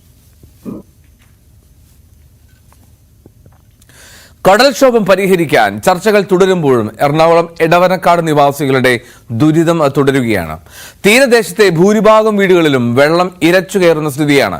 കടലാക്രമണം തടയാൻ ശാശ്വതമായിട്ടുള്ള പരിഹാരമില്ലെങ്കിൽ സമരം കടുപ്പിക്കാനാണ് നാട്ടുകാരുടെ തീരുമാനം. ഡാനി പോളിന്റെ റിപ്പോർട്ട്. എടവനക്കാട് കാലവർഷം കനത്തതോടെ വലിയ രീതിയിലേക്ക് കടലാക്രമണം ഏറിയിരിക്കുന്നു എന്നതാണ്. അതിൽ ഇപ്പോൾ സമരരംഗത്ത് സംഘടനകൾ തുടരുന്നു, ജനകീയ സമരസമിതികൾ ഉണ്ടാകുന്നു, CPM സമരരംഗത്തേക്ക് വന്നിരിക്കുന്നു. കാരണം ഇത്ര കണ്ട സ്ഥിതിഗതികൾ വഷളായിരിക്കുന്നു എന്നതാണ്. അതുകൊണ്ട് തന്നെയാണ് ഇനിയിപ്പോൾ അത്തരമൊരു കൂട്ടായ സമരരീതിയിലൂടെയും കാര്യങ്ങളിലെ ജനങ്ങളുടെ വിഷയങ്ങൾ മുന്നിലേക്ക് കൊണ്ടുവരിക എന്ന രീതിയിൽ തന്നെയാണ് ജനകീയ സമരസമിതി അടക്കം നിൽക്കുന്നത്. ഈ രീതിയിൽ കടൽഭിത്തി പൂർണ്ണമായും തന്നെ തകർന്നിരിക്കുന്നു എന്നതാണ്. അതോടൊപ്പം തന്നെ ഇതിലെ കടന്നുപോയിരുന്ന റോഡ് അത് പൂർണ്ണമായും ഇല്ലാതായിരിക്കുന്നു. അതിൽ കൂടെ സഞ്ചരിക്കാൻ പോലും കഴിയില്ല. ഇത് മുനമ്പം വരെ നീണ്ടുപോയിരുന്ന ഒരു പാതയാണ്. അതിലൂടെ ഇപ്പോൾ യാത്ര ചെയ്യാൻ പോയിട്ട് നടന്നു പോലും പോകാൻ കഴിയാത്ത രീതിയിലേക്ക് വരുന്നു.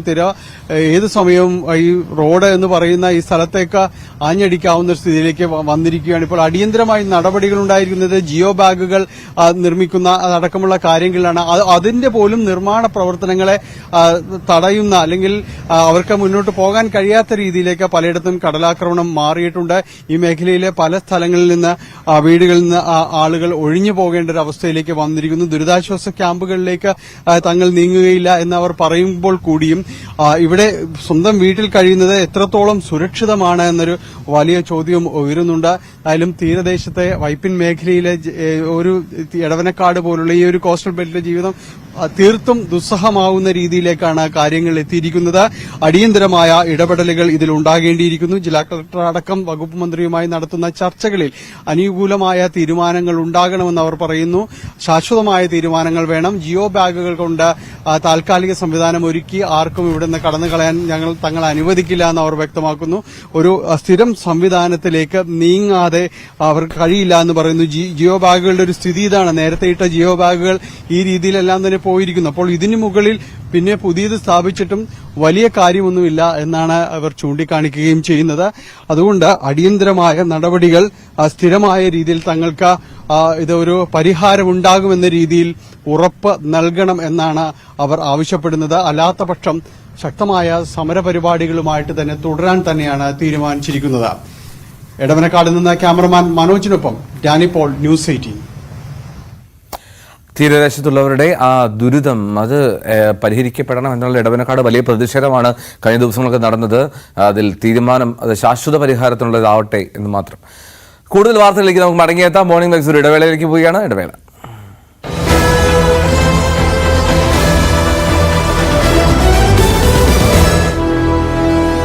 പറഞ്ഞത് പിന്നീട് മുഖ്യമന്ത്രിയുടെ പോർട്ടലിൽ പരാതി നൽകി ആഭ്യന്തര വകുപ്പിന് കൈമാറി എന്ന് മറുപടിയല്ലാതെ ഒരു നടപടിയും ഉണ്ടായില്ലെന്നും പരാതിക്കാരൻ പറഞ്ഞു. ഇതേ തുടർന്നാണ് കോടതിയെ സമീപിച്ചതും അനുകൂല വിധി സമ്പാദിച്ചതും DGPയുടെ ഭാര്യയുടെ പേരിലുള്ള ഭൂമി ജപ്തി ചെയ്യുവാനായിട്ട് കോടതി ഉത്തരവ് നൽകിയതും. കരാർ പ്രകാരം വാങ്ങിയ തുക, അഡ്വാൻസ് തുക തിരിച്ചു നൽകിയാൽ മാത്രം ജപ്തി നടപടികളിൽ നിന്ന് ഒഴിവാക്കാമെന്നാണ് കോടതി ഉത്തരവിലും പറയുന്നത്. ആദ്യം പരാതിക്കാരന്റെ പ്രതികരണത്തിലേക്ക്. കൊടുത്ത് 4 ദിവസത്തിന് ശേഷം വീണ്ടും 10 ലക്ഷം രൂപ ആവശ്യപ്പെട്ടു. വീണ്ടും അതേ അക്കൗണ്ടിൽ തന്നെ 10 ലക്ഷം രൂപയും കൊടുത്തു. അത് കഴിഞ്ഞ് ഒരു 4-5 ദിവസം കഴിഞ്ഞപ്പോൾ വീണ്ടും 5 ലക്ഷം രൂപ പണമായിട്ട് ആവശ്യപ്പെട്ടു. ഈ 5 ലക്ഷം രൂപ ക്യാഷ് വിഡ്രാ ചെയ്ത് അദ്ദേഹത്തിന്റെ ഓഫീസിൽ DGPയുടെ ചേംബറിൽ തന്നെയാണ് കൊണ്ടു കൊടുത്തത്. അപ്പോൾ 15 ലക്ഷം രൂപ റിസീവ് ചെയ്തിട്ടുള്ളായിരുന്നു ഫസ്റ്റിൽ. അപ്പോൾ രണ്ടാമത് കൊടുത്ത 10ഉം മൂന്നാമത് കൊടുത്ത 5ഉം ചേർത്ത് 15 ലക്ഷം രൂപ. റിസീവ്ഡ് 15 lakhs, ടോട്ടൽ 30 lakhs എന്ന് DGP തന്നെ ഒറിജിനൽ എഗ്രിമെന്റിന്റെ പുറകു വശത്ത് പുള്ളിയുടെ കൈപ്പടയിൽ എഴുതി ഒപ്പിട്ട് തന്നിട്ടുണ്ട്. DGP ദർവേഷ് സാഹിബിനെതിരായിരുന്നു കോടതി ഉത്തരവ് വന്നത്. അദ്ദേഹത്തിന്റെ ഭാര്യയുടെ പേരിലുള്ള ഭൂമി ജപ്തി ചെയ്യുകയും ഉണ്ടായി. കരാർ ലംഘിച്ചതിനാണ് ഈ നടപടി. അതുമാത്രമല്ല 30 ലക്ഷം രൂപ ഭൂമിക്ക് അഡ്വാൻസായി വാങ്ങിയിരുന്നു. ഈ അഡ്വാൻസ് തുക തിരിച്ചു നൽകുവാൻ അദ്ദേഹം തയ്യാറായില്ല. അതുമാത്രമല്ല ഈ ഭൂമിക്ക് ബാധ്യതയുണ്ടായിരുന്നു. ഈ ബാധ്യത മറച്ചുവെച്ചാണ് കരാറിൽ ഏർപ്പെട്ടത് എന്നായിരുന്നു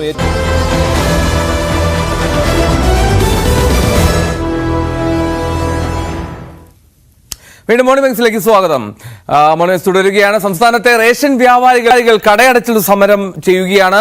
ശമ്പള വർധന ഉൾപ്പെടെ ആവശ്യപ്പെട്ടുകൊണ്ടാണ് ഈ സമരം. മുഖ്യമന്ത്രിയും വകുപ്പ് മന്ത്രിയും അനുകൂല നടപടി സ്വീകരിച്ചില്ല എന്ന് ആരോപിച്ച് ഇടതുപക്ഷത്തെ അടക്കമുള്ള തൊഴിലാളി സംഘടനകളാണ് ഇത്തരത്തിൽ കടയടച്ച് സമരം ചെയ്യുന്നത്.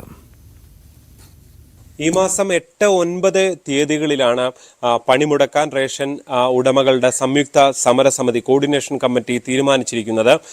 അതായത് അവർ ചൂണ്ടിക്കാണിക്കുന്നത് 2018 വേതന വർധനവിന് ശേഷം അതിനുശേഷം യാതൊരു തരത്തിലുള്ള വേതന വർധനവും ഉണ്ടായിട്ടില്ല എന്നുള്ളതാണ്. ഇതുമൂലം സെയിൽസ്മാന്റെ പണം ശമ്പളം നൽകാൻ കഴിയുന്നില്ല, കട വാടക നൽകാൻ കഴിയുന്നില്ല. ഫലത്തിൽ റേഷൻ വ്യാപാരികൾ വലിയ ദുരിതം അനുഭവിക്കുന്നു എന്നുള്ളതാണ്. ഈ വിഷയം മുഖ്യമന്ത്രിയുടെയും ഒപ്പം തന്നെ ഭക്ഷ്യമന്ത്രിയുടെയും ഒക്കെ ശ്രദ്ധയിൽപ്പെടുത്തി. പക്ഷേ അവരും യാതൊരു തരത്തിലുള്ള നടപടിയും സ്വീകരിക്കുന്നില്ല. ഈ വേതന വർധനവ് മാത്രമല്ല, കമ്മീഷനുകൾ എല്ലാ മാസവും കിട്ടേണ്ടത് അത് കൃത്യമായി ലഭിക്കുന്നില്ല. അതിനും അപ്പുറത്തേക്ക് കോവിഡ് സമയത്തും ഈ ഓണം ഉൾപ്പെടെയുള്ള വിശേഷ സമയത്തും കിറ്റുകൾ സർക്കാർ നൽകിയിരുന്നു. അതിന്റെ പണവും ഫലത്തിൽ നൽകിയില്ല. ഇതിന്റെ കേസ് കോടതിയിലടക്കം നിൽക്കുന്നൊരു സാഹചര്യം കൂടിയുണ്ട്. എന്തായാലും ഈ സമരം അന്ന് 2 ദിവസം കടയടച്ചിട്ട് സമരം നടത്തി. പാളയത്ത് രക്തസാക്ഷി മണ്ഡപത്തിൽ സമരം നടത്തും. ഈ മേഖല നേരിടുന്ന ഒട്ടനവധി വിഷയങ്ങൾ ഗവൺമെന്റിന്റെ മുമ്പേ നിവേദനം കൊടുത്തും നിരവധിയായ മാർഗങ്ങളിലൂടെ സമരം ചെയ്തും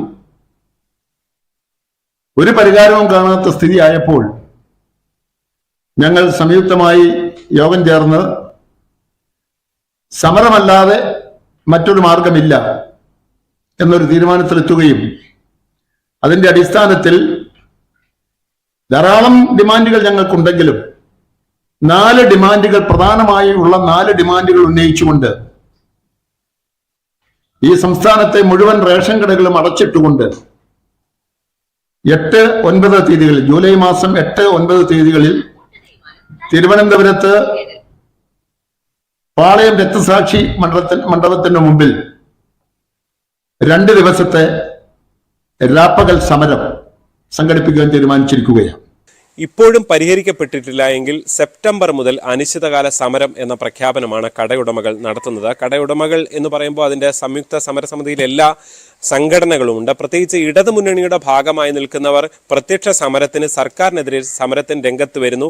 അത് സർക്കാർ മുഖ്യമന്ത്രിയെയും ഒപ്പം തന്നെ വകുപ്പ് മന്ത്രിയെയും അറിയിച്ചിട്ടും അവർ പരിഹരിക്കുന്നില്ല. CPIയുടെ G. കൃഷ്ണപ്രസാദ്, കേരള കോൺഗ്രസ് എമ്മിന്റെ ജോണി നെല്ലൂർ ഉൾപ്പെടെയുള്ളവർ സംയുക്തമായി ചേർന്നാണ് ഈ വാർത്താ സമ്മേളനം നടത്തിയതും. അതും സർക്കാരിനെതിരെ സർക്കാരിന്റെ വീഴ്ചകൾ കൂടി ഫലത്തിൽ ചൂണ്ടിക്കാട്ടുകയാണ്. CPI അംഗം തന്നെ CPI മന്ത്രിയുടെ വീഴ്ചകൾ അടക്കം ചൂണ്ടിക്കാണിക്കുന്നു. മുഖ്യമന്ത്രിയുടെ വീഴ്ചകൾ, അതായത് നടപടിയെടുക്കുന്നില്ല എന്ന കാര്യം ചൂണ്ടിക്കാട്ടുകയാണ് ജോണി നെല്ലൂർ ഉൾപ്പെടെയുള്ളവർ. എന്തായാലും വലിയ സമരത്തിലേക്ക് പോകും എന്ന് തന്നെയാണ്. കേന്ദ്ര സർക്കാരിന്റെ പല നയങ്ങളെയും ചൂണ്ടിക്കാണിക്കുമ്പോൾ അവർ പ്രധാനമായും ഈ സമരത്തിൽ ചൂണ്ടിക്കാണിക്കുന്നത് ഇപ്പോഴത്തെ ശമ്പള വർധന ഉൾപ്പെടെയുള്ള വിഷയങ്ങളാണ്.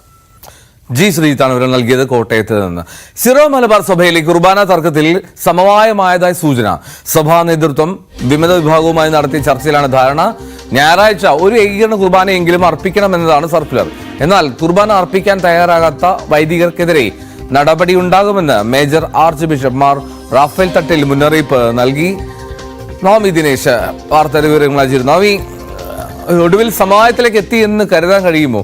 ഈ ഒരു ദിവസം ഞായറാഴ്ചയിൽ ഒരു ഏകീകരണ കുർബാന എന്നുള്ളത് നേരത്തെ സർക്കുലർ എത്തിയതല്ല. ഇപ്പോൾ ഈ റാഫേൽ തട്ടലിന്റെ ഒരു പ്രതികരണം വന്നിട്ടുണ്ടല്ലോ, എന്താണ് പറയുന്നത്?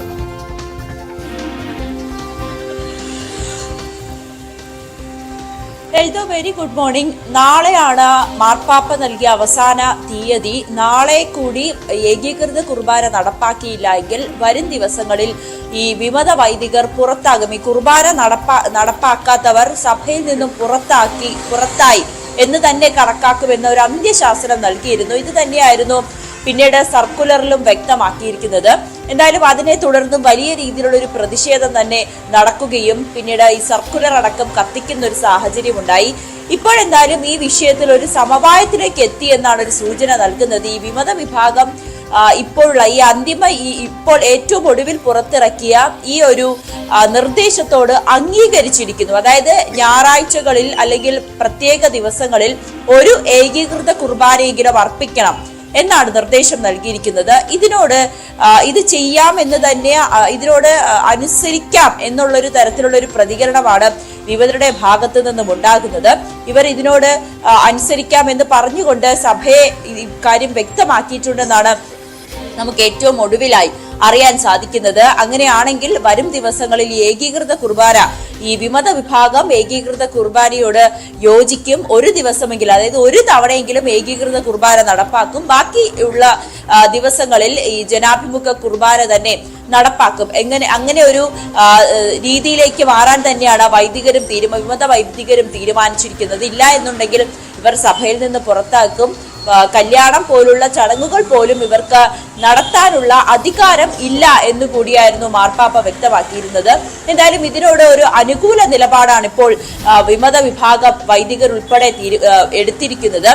എന്തായാലും വിമതർ ഇപ്പോൾ ഉടൻ തന്നെ ഒരു യോഗം തീരുമാനിച്ച് ഇതിലൊരു ഔദ്യോഗികമായിട്ടുള്ള ഒരു അറിയിപ്പ് ഉടൻ തന്നെ മാധ്യമങ്ങളെ അറിയിക്കുമെന്നാണ് മനസ്സിലാക്കുന്നത്. അതിനുശേഷം മാത്രമേ ഇതിൽ കൂടുതൽ വ്യക്തത വരികയുള്ളൂ. എന്തായാലും ഈ ഒരു സഭയുടെ ഒരു അന്ത്യശാസനത്തിൽ വഴങ്ങുന്ന തരത്തിലേക്ക് വിമത വൈദികർ നീങ്ങിക്കഴിഞ്ഞു. അവർ ഈ ഏകീകൃത കുർബാനയോട് ഒരു സമയമെങ്കിലും അർപ്പിക്കുന്നതിൽ സഹകരിക്കാം എന്നൊരു നിലപാടിലേക്ക് എടുത്തിരിക്കുകയാണ്. അതിന്റെ ഒരു പ്രശ്നം അങ്ങനെയാണെങ്കിൽ ഈ വരുന്ന ഞായറാഴ്ച മുതൽ ഈ പറയുന്ന വിമത വിഭാഗം പള്ളികളിൽ ഒരു ഏകീകൃത കുർബാനയെങ്കിലും നടക്കുമെന്നുള്ള ഒരു നിലപാട് അവർ പറയുന്നുണ്ട്, അല്ലെങ്കിൽ അവരുമായി ബന്ധപ്പെടുമ്പോൾ എന്താണ് പറയുന്നത്? ഔദ്യോഗികമായിട്ടുള്ള സ്റ്റേറ്റ്മെന്റ് ഇതുവരെ വന്നിട്ടില്ലല്ലോ.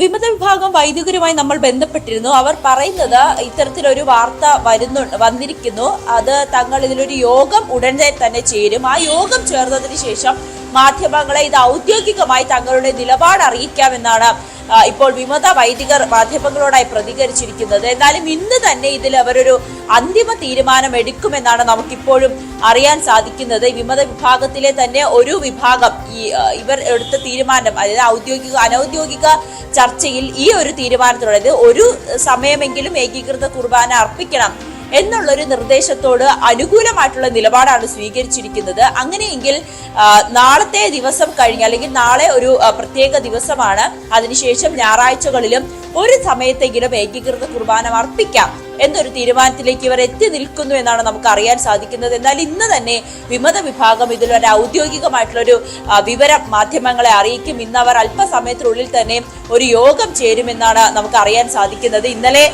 റാഫേൽ തട്ടിൽ ഒരു വീഡിയോ സന്ദേശം അയച്ചിരുന്നു. അതിൽ കൃത്യമായി പറയുന്നുണ്ട്, മാർപ്പാപ്പ വളരെയേറെ വേദനിപ്പിക്കുന്നുണ്ട്. ഇപ്പോഴും മാർപ്പാപ്പയുടെ വാക്കുകൾ പോലും അംഗീകരിക്കാത്ത സഭയിലെ ഒരു കൂട്ടം ആളുകളുടെ ഈ ഒരു നിലപാടിൽ വളരെ വേദനയാണ് മാർപ്പാപ്പയ്ക്കുള്ളത്. അതുകൊണ്ട് ഒരു പതുക്കെ ഈ ഏകീകൃത കുർബാന നടപ്പിലാക്കും. അതിനു മുന്നോടിയായി ഒരു നേരമെങ്കിലും നടപ്പാക്കണം എന്നുള്ളൊരു അപേക്ഷ കൂടിയായിരുന്നു ഇന്നലത്തെ വീഡിയോ സന്ദേശത്തിൽ ഉണ്ടായിരുന്നത്. അതുകൊണ്ട് തന്നെയാണ് ഈ വിമത വിഭാഗം ഈ ഒരു നിലപാടിന് വഴങ്ങുന്ന അല്ലെങ്കിൽ ഒരു സമവായത്തിലേക്ക് തന്നെ നീങ്ങുന്ന സാഹചര്യമാണ് കാണുന്നത്. എന്തായാലും ഇതിൽ കൂടുതൽ വ്യക്തത വരുത്തേണ്ടത് വിമത വിഭാഗം വൈദികർ തന്നെയാണ്. അവർ ഇന്ന് തന്നെ മാധ്യമങ്ങളെ കണ്ട് അവരുടെ നിലപാട് വ്യക്തമാക്കുമെന്നാണ് നമുക്ക് അറിയാൻ കഴിയുന്നത്. എൽദോ. ശരി നവമി, എന്താണെങ്കിലും ഈ ഒരു സമവായത്തിലേക്ക് കാര്യങ്ങൾ പോകുന്നു എന്നുള്ള ഒരു സൂചനയാണ് ലഭിക്കുന്നത്. ഒരു ഏകീകൃത കുർബാന അത് ആഴ്ചയിൽ ഉണ്ടാകണം എന്നുള്ളതാണ് സർക്കുലർ. നമുക്ക് നോക്കാം അത് നടപ്പാക്കുമോ എന്നുള്ളത്. മാസപ്പടി വിവാദത്തിൽ അന്വേഷണം ആവശ്യപ്പെട്ടുള്ള മാത്യു കുഴൽനാടന്റെ റിവിഷൻ ഹർജി ഹൈക്കോടതി ഇന്ന് വീണ്ടും പരിഗണിക്കും. ഹർജിയിൽ മുഖ്യമന്ത്രിക്കും മകൾക്കും CMമാരടക്കമുള്ള എല്ലാ എതിർകക്ഷികൾക്കും കഴിഞ്ഞ തവണ കോടതി നോട്ടീസ് അയച്ചിരുന്നു. നവമി ദിനേശാണ് ഇതിന്റെ വിവരങ്ങൾ വീണ്ടും നൽകുക. നവമി, ഹർജിയിലുള്ള നിലപാട് എതിർകക്ഷികൾ ഇന്ന് കോടതിയെ അറിയിക്കുമല്ലോ അല്ലേ?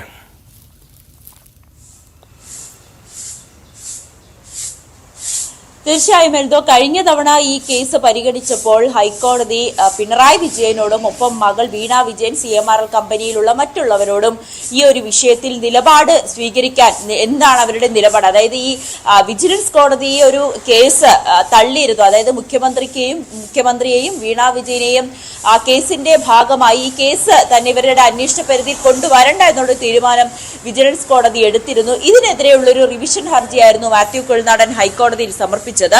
ഈ ഹർജി പരിഗണിക്കവെയാണ് ഹൈക്കോടതി പിണറായി വിജയനോടും ഒപ്പം വീണ വിജയനോടും ഈ ഒരു കാര്യത്തിൽ നിലപാട് ആവശ്യപ്പെട്ടിരുന്നത്. എന്തായാലും അതൊരു സാങ്കേതികമായിട്ടുള്ള ഒരു പ്രൊസീജിയർ മാത്രമാണ്. എന്തായാലും ഇന്ന് നിലപാട് വ്യക്തമാക്കുമെന്നാണ് നമുക്ക് അറിയാൻ സാധിക്കുന്നത്. എന്തായിരിക്കും പിണറായി വിജയനും ഒപ്പം വീണ വിജയനും ഈ ഒരു കേസിൽ അവരെന്ത് നിലപാടായിരിക്കും ഇന്ന് കോടതിയിൽ സമർപ്പിക്കുക എന്നാണ് നോക്കിക്കാണുന്നത്. മറ്റൊരു കാര്യം, ഈ പിണറായി വിജയൻ അതായത് മുഖ്യമന്ത്രിയെ അല്ല, സർക്കാരിനെ അല്ല, പിണറായി വിജയൻ എന്നൊരു വ്യക്തിയെയാണ് ഈ കേസിലേക്ക് മാത്യു കുഴൽനാടൻ ഉന്നം വെച്ചിരിക്കുന്നത്. ഇത് സർക്കാരിൽ തന്നെ വലിയൊരു അതായത് മാത്യു കുഴൽനാടനെതിരെ, അതായത് മാത്യു കുഴൽനാടന്റെ ഈ ഒരു രീതിക്കെതിരെ വലിയ രീതിയിലുള്ള ഒരു പ്രതിഷേധം തന്നെയാണ് സർക്കാരിന്റെ ഭാഗത്തു നിന്നും ഉണ്ടായിരിക്കുന്നത്. മുഖ്യമന്ത്രി എന്നുള്ളൊരു മുഖ്യമന്ത്രിയല്ല, സർക്കാർ പ്രതിനിധിയായ മുഖ്യമന്ത്രിയല്ല, വ്യക്തി എന്ന നിലയിൽ പിണറായി വിജയനെയാണ് ഈ കേസിൽ പ്രതി ചേർത്തിരിക്കുന്നതും എന്നാണ് മാത്യു കുഴൽനാടന്റെ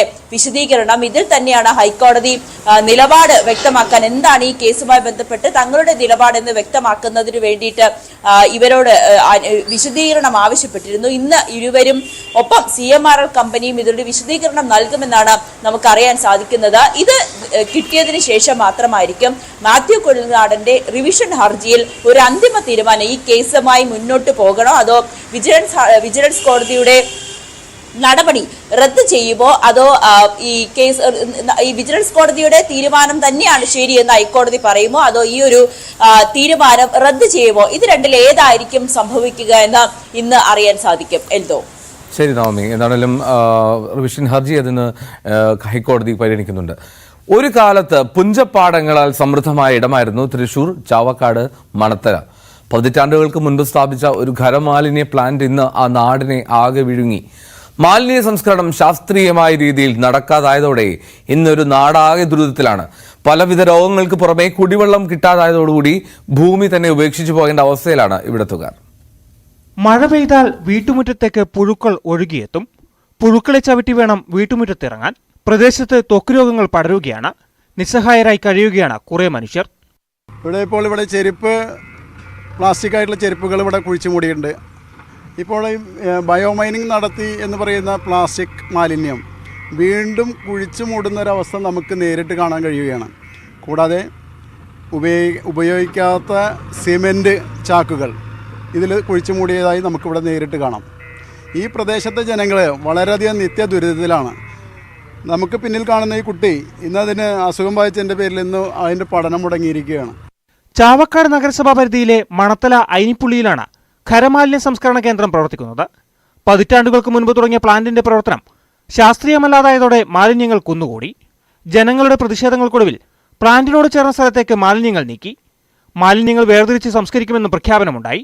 പക്ഷേ 1.5 വർഷം കഴിഞ്ഞിട്ടും മാലിന്യം കെട്ടിക്കിടക്കുന്നതല്ലാതെ സംസ്കരണം മാത്രമുണ്ടായില്ല.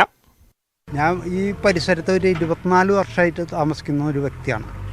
ഇപ്പോൾ കുറേ കാലങ്ങളായിട്ട് ഇവിടെ കുന്നുകൂടി കിടക്കുന്ന മാലിന്യങ്ങൾ കാരണം വെള്ളത്തിൽ അത് കലരുകയും വെള്ളം കുടിക്കാൻ പറ്റാത്ത ഒരവസ്ഥയുണ്ടായിരിക്കുകയാണ്. അതുകൂടാതെ ഇവിടെ വല്ലാത്ത സ്മെല്ലും ഉണ്ടാകുന്നുണ്ട്. മഴക്കാലമായതോടെ ദുരിതം പേറി ജീവിക്കേണ്ട അവസ്ഥയാണ് സംസ്കരണ കേന്ദ്രത്തിന് സമീപമുള്ളവർ. പ്രദേശത്തെ വായുവും ജലവും മലിനമായി.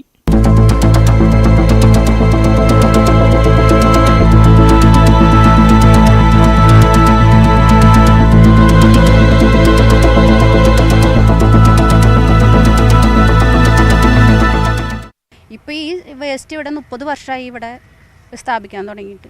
ഞങ്ങൾക്ക് ഈ വേസ്റ്റ് വന്നതിന് ശേഷം ഞങ്ങൾക്ക് ഭക്ഷണം കഴിക്കാൻ എല്ലാ കാര്യത്തിലും വളരെ ബുദ്ധിമുട്ടാണ്.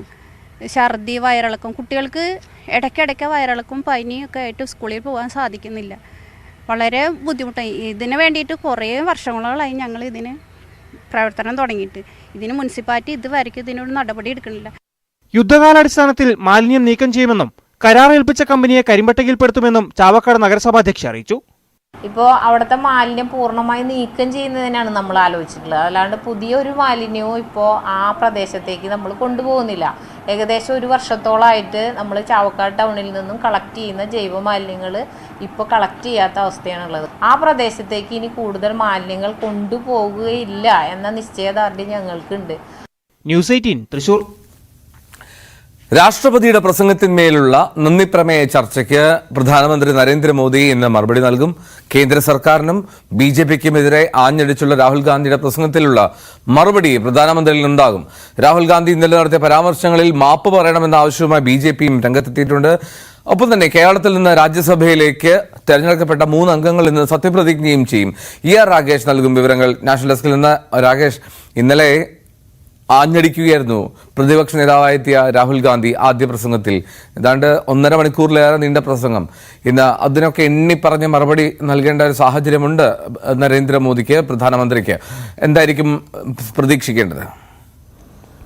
ആയതോ 10 വർഷത്തിന് ശേഷം ലോക്സഭയിൽ പ്രതിപക്ഷ നേതാവിന്റെ ശബ്ദം മുഴങ്ങിക്കേട്ട ദിനമായിരുന്നു ഇന്നലെ. കാരണം രാഹുൽ ഗാന്ധി ഏതാണ്ട് എല്ലാ വിഷയങ്ങളും പരാമർശിച്ചുകൊണ്ട് പ്രധാനമന്ത്രി നരേന്ദ്രമോദിക്കെതിരെയും BJPക്കുമെതിരെ കടന്നാക്രമിച്ചുകൊണ്ടായിരുന്നു അദ്ദേഹത്തിന്റെ പ്രസംഗം. മണിപ്പൂർ വിഷയം, ഒപ്പം തന്നെ നീറ്റ്, അഗ്നിപത്ത്, കർഷകർ നേരിടുന്ന വിഷയങ്ങൾ തുടങ്ങി എല്ലാ മേഖലയിലും പരാമർശിച്ചുകൊണ്ടായിരുന്നു സർക്കാരിനെതിരെ വലിയ വിമർശനം രാഹുൽ ഗാന്ധി ഉന്നയിച്ചത്. രാഹുൽ ഗാന്ധിയുടെ പ്രസംഗം പലപ്പോഴും ഭരണപക്ഷത്ത് നിന്ന് എതിർക്കുന്നു, പ്രത്യേകിച്ച് പ്രധാനമന്ത്രിയും കേന്ദ്രമന്ത്രിമാരും എതിർക്കുന്ന ഒരു അപൂർവ സാഹചര്യത്തിന് പോലും ഇന്നലെ ലോക്സഭ ഏതായാലും സാക്ഷ്യമായി. സാധാരണഗതിയിൽ രാഹുൽ ഗാന്ധി പ്രസംഗിക്കുമ്പോൾ അങ്ങനെയൊന്നും തന്നെ ഉണ്ടാകാറില്ല. പക്ഷേ ഇന്നലെ പലപ്പോഴും ഇടപെട്ടുകൊണ്ട് സർക്കാരിന്റെ ട്രഷറി ബെഞ്ചിൽ നിന്ന് അംഗങ്ങൾ ഇടപെടുന്ന സാഹചര്യം പോലും ഇന്നലെ കണ്ടു. ഏതായാലും രാഹുൽ ഗാന്ധി ഇന്നലെ നടത്തിയ ചില പരാമർശങ്ങൾ ഏതായാലും ഈ ഘട്ടത്തിൽ BJP ആയുധമാക്കുന്നുണ്ട്. അതായത് 24 മണിക്കൂർ ഹിന്ദുക്കളെന്ന് സ്വയം വിശേഷിപ്പിക്കുന്നവർ ഇത്തരത്തിൽ അക്രമവും മറ്റും അഴിച്ചുവിടുന്നു എന്ന അടക്കമുള്ള രാഹുൽ ഗാന്ധിയുടെ പരാമർശമാണ് ഏതായാലും ഈ ഘട്ടത്തിൽ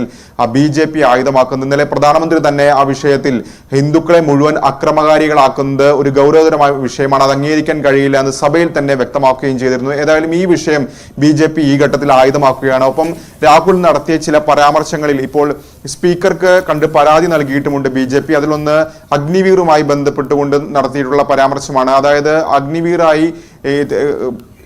രക്തസാക്ഷിത്വം വരിക്കുന്നവർക്ക് അല്ലെങ്കിൽ വീരമൃത്യു വരിക്കുന്നവർക്ക് നഷ്ടപരിഹാരം നൽകുന്നില്ല എന്നടക്കമുള്ള പരാമർശങ്ങൾ രാഹുൽ ഗാന്ധിയിൽ നിന്നുണ്ടായിരുന്നു. എന്നാൽ ഇത് അടിസ്ഥാനപരമായി തെറ്റാണ്, വസ്തുതാ വിരുദ്ധമാണ് എന്നാണ് കേന്ദ്രമന്ത്രിമാരുടെ BJPയുടെ ആരോപണം. ഈ വിഷയത്തിൽ ഏതായാലും പരാതി നൽകാനുള്ള തീരുമാനത്തിലേക്ക് BJP എത്തിച്ചേർന്നിട്ടുമുണ്ട്. ഏതായാലും ഇന്ന് പ്രധാനമന്ത്രിയുടെ പ്രസംഗം അതെന്തായിരിക്കുമെന്ന് ഉറ്റുനോക്കുകയാണ്. പ്രത്യേകിച്ച് രാഹുൽ ഗാന്ധിക്ക് അല്ലെങ്കിൽ രാഹുൽ ഗാന്ധി നടത്തിയിട്ടുള്ള വിമർശനങ്ങൾക്ക് മറുപടിയായിരിക്കും സ്വാഭാവികമായും പ്രധാനമന്ത്രി നരേന്ദ്രമോദി നടത്തുക. എന്നാൽ രാഹുൽ ഗാന്ധി നടത്തിയത് 1 മണിക്കൂർ 40 മിനിറ്റ് പ്രസംഗമാണ്. സമാനമായ രീതിയിൽ 2 മണിക്കൂറിലധികം നീണ്ടുനിൽക്കുന്ന പ്രസംഗമായിരിക്കും നരേന്ദ്രമോദിയുടെ ഭാഗത്തുണ്ടാവുക. ഒപ്പം ഈ വിമർശനങ്ങൾക്ക് എണ്ണിയുള്ള മറുപടിയും പ്രധാനമന്ത്രിയിൽ നിന്നുണ്ടാകും. ഏതായാലും ഉച്ചയ്ക്ക് ശേഷം ഏതാണ്ട് 4 മണിയോടുകൂടിയായിരിക്കും പ്രധാനമന്ത്രി നന്ദി പ്രമേയത്തിന് മറുപടി നൽകുക എന്നാണ് ഇപ്പോൾ മനസ്സിലാക്കാൻ സാധിക്കുന്നത്. നാളെ രാജ്യസഭയിലും പ്രധാനമന്ത്രി മറുപടി നൽകും. ഏതായാലും കേരളത്തിൽ നിന്നുള്ള 3 അംഗങ്ങളുടെ സത്യപ്രതിജ്ഞ ഇന്നാണ് നടക്കുന്നത്. ഒന്ന് ജോസ് കെ മാണി വീണ്ടും തെരഞ്ഞെടുക്കപ്പെട്ടിരിക്കുകയാണ്. മറ്റൊന്ന് CPI അംഗം PP സുനീർ, ഒപ്പം മുസ്ലിം ലീഗിലെ ഹാരിസ് ബീരാൻ എന്നിവർ സത്യപ്രതിജ്ഞ ചെയ്യും. ഇന്നലെയാണ് 2 അംഗങ്ങളുടെ, അതിൽ ജോസ് കെ മാണി വീണ്ടും തെരഞ്ഞെടുക്കപ്പെട്ടു. മറ്റു 2 അംഗങ്ങൾ എളമരം കരീമിന്റെയും ബിനോയ് വിശ്വത്തിന്റെയും കാലാവധി അവസാനിച്ചത്. എൽദോ. ശരി രാകേഷ്, എന്തായാലും ഇന്ന് പ്രധാനമന്ത്രി നന്ദി പ്രമേയ ചർച്ചയ്ക്കുള്ള അതിൽ മറുപടി ഇന്ന് പാർലമെന്റ് നൽകും. ഓരോ കാര്യങ്ങളും ഇന്നലെ രാഹുൽ ഉന്നയിച്ച കാര്യങ്ങളിൽ വിശദമായിട്ടുള്ള മറുപടിക്കും സാധ്യതയുണ്ട്. പാർലമെന്റിൽ 2 ടേമുകൾക്ക് ശേഷം, അതായത് 10 വർഷത്തിന് ശേഷമാണ് പ്രതിപക്ഷ നേതാവ് ഉണ്ടാകുന്നത്. ഇന്ത്യ സഖ്യത്തിന്റെ വിജയം രാഹുൽ ഗാന്ധിയെ എത്തിച്ചത് ആ പ്രതിപക്ഷ നേതൃസ്ഥാനത്തേക്കുമാണ്. രാഹുൽ ഗാന്ധി പ്രതിപക്ഷ നേതാവാകുമ്പോൾ പാർലമെന്റിലും ഇന്ത്യൻ രാഷ്ട്രീയത്തിലും എന്തെല്ലാം മാറ്റങ്ങളാണ് ഉണ്ടാവുക? നോക്കാം, കിരൺ ബാബു വിശദീകരിക്കും. ഇന്ത്യയുടെ പ്രതിപക്ഷ നേതാവിന് എന്തെല്ലാം അവകാശങ്ങളുണ്ട്? പ്രതിപക്ഷ നേതൃസ്ഥാനം രാഹുൽ ഗാന്ധിക്ക് എന്തെല്ലാം അധികാരങ്ങളാണ് നൽകുന്നത്? പ്രതിപക്ഷത്തിന്റെ യോജിപ്പോ വിയോജിപ്പോ കേൾക്കാതെ CBI, എൻഫോഴ്സ്മെന്റ് ഡയറക്ടറേറ്റ് തുടങ്ങി പുതിയ കാല രാഷ്ട്രീയത്തിൽ ഏറ്റവും നിർണായകമായ അന്വേഷണ ഏജൻസികളുടെ തലവന്മാരെ നിയമിച്ചിരുന്ന പ്രധാനമന്ത്രി നരേന്ദ്രമോദിക്ക് ഇനി അങ്ങനെ ചെയ്യാൻ കഴിയുമോ? ഇതെല്ലാം വിശദമായി തന്നെ പരിശോധിക്കാം. കഴിഞ്ഞ 10 വർഷവും ലോക്സഭയിൽ പ്രതിപക്ഷ നേതൃസ്ഥാനം ഉണ്ടായിരുന്നില്ല. പ്രതിപക്ഷ നേതാവിനെ നേരിടാതെ 10 വർഷം തികച്ച പ്രധാനമന്ത്രിയാണ് നരേന്ദ്രമോദി. ആകെ ലോക്സഭാ സീറ്റിന്റെ 10% അംഗങ്ങൾ കോൺഗ്രസിനില്ല എന്ന സാങ്കേതിക ന്യായം പിടിച്ചാണ് 1ഉം 2ഉം മോദി സർക്കാരുകൾ പ്രതിപക്ഷ നേതൃസ്ഥാനം ഒഴിവാക്കിയത്. ഇപ്പോൾ കോൺഗ്രസ് സീറ്റുകൾ 99ഉം 1ഉം 100ആണ്. പ്രതിപക്ഷ നേതൃസ്ഥാനം തടയാനാവില്ല. കോൺഗ്രസിന്റെ മാത്രമല്ല ഇന്ത്യ മുന്നണിയിലെ കക്ഷികളുടെയെല്ലാം അനൌദ്യോഗിക നേതാവ് കൂടിയാണ് ഇപ്പോൾ Rahul Gandhi. Enforcement directorate, central bureau of investigation, central vigilance commission, central information commission തുടങ്ങി സുപ്രധാന സ്ഥാപനങ്ങളുടെ മേധാവികളെ തീരുമാനിക്കുന്ന കമ്മിറ്റികളിൽ ഇനി മുതൽ പ്രതിപക്ഷ നേതാവ് എന്ന നിലയ്ക്ക് രാഹുൽ ഗാന്ധി അംഗമാകും. പ്രധാനമന്ത്രി, സുപ്രീം കോടതി ചീഫ് ജസ്റ്റിസ് അല്ലെങ്കിൽ ചീഫ് ജസ്റ്റിസ് നിർദ്ദേശിക്കുന്ന മറ്റൊരു സുപ്രീം കോടതി ജസ്റ്റിസ്, അതും പ്രതിപക്ഷ നേതാവുമാണ് ഈ 3 അംഗ നിയമന സമിതിയിലെ അംഗങ്ങൾ. രാഷ്ട്രീയ എതിരാളികളെ വീഴ്ത്താനും വഴക്കി നിർത്താനും കേന്ദ്ര അന്വേഷണ ഏജൻസികളെ സർക്കാർ ദുരുപയോഗിക്കുന്നുവെന്ന അതീവ ഗുരുതര ആരോപണം നിലനിൽക്കുന്ന ഈ കാലത്ത് ഈ സമിതികളിൽ രാഹുൽ ഗാന്ധിയുടെ സാന്നിധ്യത്തിന് സവിശേഷമായ പ്രാധാന്യമുണ്ട്. പ്രതിപക്ഷ നേതാവ് നിർദ്ദേശിക്കുന്ന ആളെ ഈ പദവിയിലേക്ക് കൊണ്ടുവരാൻ കഴിയുമെന്നല്ല, പക്ഷേ സർക്കാരിന് ഏകപക്ഷീയമായി ചിലരെ ഈ സ്ഥാനങ്ങളിലേക്ക് കൊണ്ടുവരുന്നതിന് തടയിടാൻ പ്രതിപക്ഷ നേതാവ് എന്ന നിലയ്ക്ക് രാഹുൽ ഗാന്ധിക്ക് കഴിയും. കുറഞ്ഞപക്ഷം ഈ വിഷയങ്ങൾ സജീവമായി ചർച്ചയാക്കാനെങ്കിലും രാഹുൽ ഗാന്ധിക്ക് കഴിയും. അതോടൊപ്പം തന്നെ പ്രതിപക്ഷ നേതാവ് എന്ന നിലയ്ക്ക് പാർലമെന്റിന്റെ സുപ്രധാന കമ്മിറ്റികളിലും അംഗമാകാം. Public accounts committee, public undertakings committee, estimate committee തുടങ്ങി, ഇതുമാത്രമല്ല സംയുക്ത സഭാ സമിതികൾ, അങ്ങനെ സംയുക്ത ഇരുസഭകളുടെയും ചേർന്നുള്ള സമിതികൾ രൂപീകരിക്കുകയാണെങ്കിൽ ആ സമിതിയിലും സ്വാഭാവികമായും പ്രതിപക്ഷ നേതാവിന് അംഗമാകാം. അതുവഴിയും ഇത്തരം സമിതികളിലെ തീരുമാനങ്ങളിലും ശുപാർശകളിലുമൊക്കെ പ്രതിപക്ഷ നേതാവ് എന്ന നിലയ്ക്ക് രാഹുൽ ഗാന്ധിക്ക് നേരിട്ട് ഇടപെടാനുള്ള അധികാരം ലഭിക്കുകയാണ്, അല്ലെങ്കിൽ വിയോജിപ്പ് രേഖപ്പെടുത്താനുള്ള അധികാരം കൂടി ലഭിക്കുകയാണ്. മുഖ്യ തെരഞ്ഞെടുപ്പ് കമ്മീഷണറെയും കമ്മീഷനിലെ 2 അംഗങ്ങളെയും തീരുമാനിക്കുന്ന 3 അംഗ സമിതിയിലും അംഗമാകാൻ കഴിയും. അവിടെയും തീരുമാനം സ്വാഭാവികമായും മറ്റ് 2 അംഗങ്ങൾ എന്ന് പറയുന്നത് പ്രധാനമന്ത്രിയും പ്രധാനമന്ത്രി തീരുമാനിക്കുന്ന ഒരു കേന്ദ്രമന്ത്രിയുമാണ്. അവർ രണ്ടുപേരും ഒരു അഭിപ്രായം പറയുകയും പ്രതിപക്ഷ നേതാവ് മറ്റൊരു അഭിപ്രായം പറയുകയും ചെയ്താലും അവരുടെ അഭിപ്രായത്തിന് സ്വാഭാവികമായും മേൽക്കൈ 3-ൽ 2 പേരുടെ മേൽക്കൈ ലഭിക്കുകയും അത് നടപ്പാവുകയും ചെയ്യാം. പക്ഷെ അവിടെയും വിയോജിപ്പ് രേഖപ്പെടുത്താനുള്ള, അല്ലെങ്കിൽ കേന്ദ്ര സർക്കാരിനെ ഏകപക്ഷീയമായി ഒരാളെ ആ സ്ഥാനത്തേക്ക് കൊണ്ടുവരുമ്പോൾ ഈ ആളിന് ഇന്ന കുഴപ്പങ്ങളുണ്ട് എന്ന് പ്രതിപക്ഷത്തിന് പരാതികളുണ്ടെങ്കിൽ അത് രേഖപ്പെടുത്താനും അത് ചർച്ചയാക്കാനുമുള്ള അവസരം കൂടിയാണ് ലഭിക്കുന്നത്. മറ്റൊന്ന് മറ്റ് അധികാരങ്ങളാണ്. ഒരു ക്യാബിനറ്റ് റാങ്ക് കൂടിയാണ് പ്രതിപക്ഷ നേതാവിന് ലഭിക്കുന്നത്. സ്വാഭാവികമായും ഒരു ക്യാബിനറ്റ് മന്ത്രിക്ക് ലഭിക്കുന്ന മറ്റ് ശമ്പളം, വാഹനം, ഓഫീസ് തുടങ്ങി മറ്റ് ആനുകൂല്യങ്ങളെല്ലാം തന്നെ പ്രതിപക്ഷ നേതാവിന് ലഭിക്കും. 14 പേരെ സ്റ്റാഫ് അംഗങ്ങളാക്കി നിയമിക്കാനുള്ള സൗകര്യമുണ്ട്. Salary and allowance of leader of opposition in parliament act 1977 അനുസരിച്ചാണ് ഈ ആനുകൂല്യങ്ങളൊക്കെ നിശ്ചയിക്കുന്നത്. ഈ ആക്ടിന് പല ഘട്ടത്തിലും പല ഭേദഗതികളും വരുത്തിയിട്ടുണ്ട്. ഇതിൻ്റെ എല്ലാം സൗകര്യങ്ങൾ ഒരു കേന്ദ്ര മന്ത്രിക്ക് ലഭിക്കുന്ന, ക്യാബിനറ്റ് മന്ത്രിക്ക് ലഭിക്കുന്ന അത്തരം സൗകര്യങ്ങൾ ഏകദേശം തുല്യമായി തന്നെ പ്രതിപക്ഷ നേതാവിന് ലഭിക്കും. ഏകദേശം 3.3 ലക്ഷം രൂപ ശമ്പളമായും ലഭിക്കുന്നുണ്ട്. മന്ത്രിമാർക്ക് ലഭിക്കുന്ന തരത്തിലുള്ള സർക്കാർ ബംഗ്ലാവ്, അതും പ്രതിപക്ഷ നേതാവ് എന്ന നിലയ്ക്ക് രാഹുൽ ഗാന്ധിക്ക് ലഭിക്കും. മറ്റ് ആരോഗ്യ സംവിധാനങ്ങൾ, കുടുംബത്തിനുള്ള സംവിധാനങ്ങൾ, യാത്രയ്ക്കുള്ള വാഹനം, അത്തരം സംവിധാനങ്ങളും എല്ലാം തന്നെ പ്രതിപക്ഷ നേതാവ് എന്ന നിലയ്ക്കും. മറ്റൊന്ന് സ്ഥാനമാണ്. സ്പീക്കറുടെ ഇടതുഭാഗത്ത് ഇരിക്കുന്നത് സ്പീക്കറുടെ വലതുഭാഗത്ത് ഭരണപക്ഷ നിര, ഇടതുഭാഗത്ത് പ്രതിപക്ഷ നിര. ആ പ്രതിപക്ഷ നിരയിൽ മുൻനിരയിലെ 1ാമത്തെ സീറ്റ് പ്രതിപക്ഷ നേതാവിനുള്ളതാണ്. അതും സ്വാഭാവികമായും രാഹുൽ ഗാന്ധിക്ക് തന്നെ ലഭിക്കും.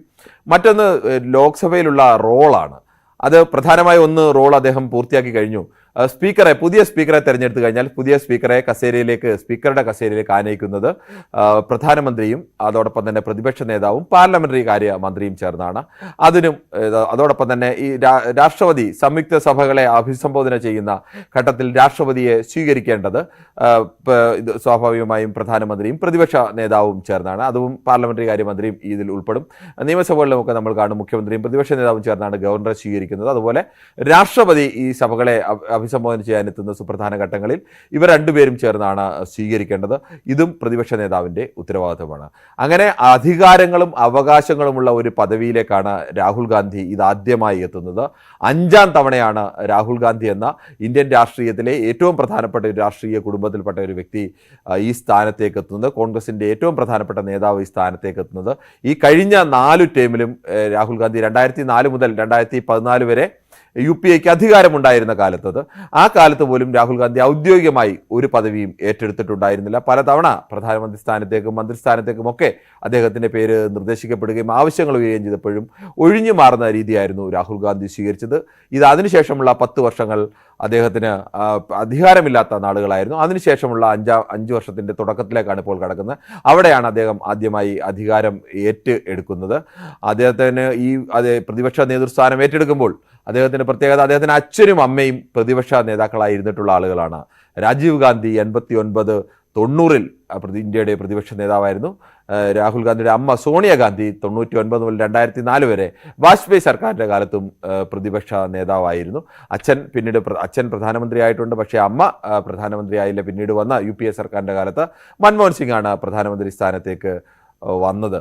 എന്തായാലും അതങ്ങനെ നിരവധി സവിശേഷതകൾ വ്യക്തിപരമായി കൂടി രാഹുൽ ഗാന്ധിക്കുണ്ട്. ഇന്ത്യൻ രാഷ്ട്രീയത്തിൽ സാധാരണഗതിയിൽ നോക്കിയാൽ പ്രോട്ടോകോൾ അനുസരിച്ച് നോക്കുമ്പോഴല്ല എങ്കിൽ പോലും സാധാരണഗതിയിൽ നോക്കിയാൽ പ്രധാനമന്ത്രി കഴിഞ്ഞാൽ പിന്നെ ഏറ്റവും പ്രധാനപ്പെട്ട ഒരു സ്ഥാനത്തേക്ക് നിൽക്കുന്ന, രാഷ്ട്രീയ അധികാര സ്ഥാനത്ത് നിൽക്കുന്ന ഒരാൾ പ്രതിപക്ഷ നേതാവാണ്.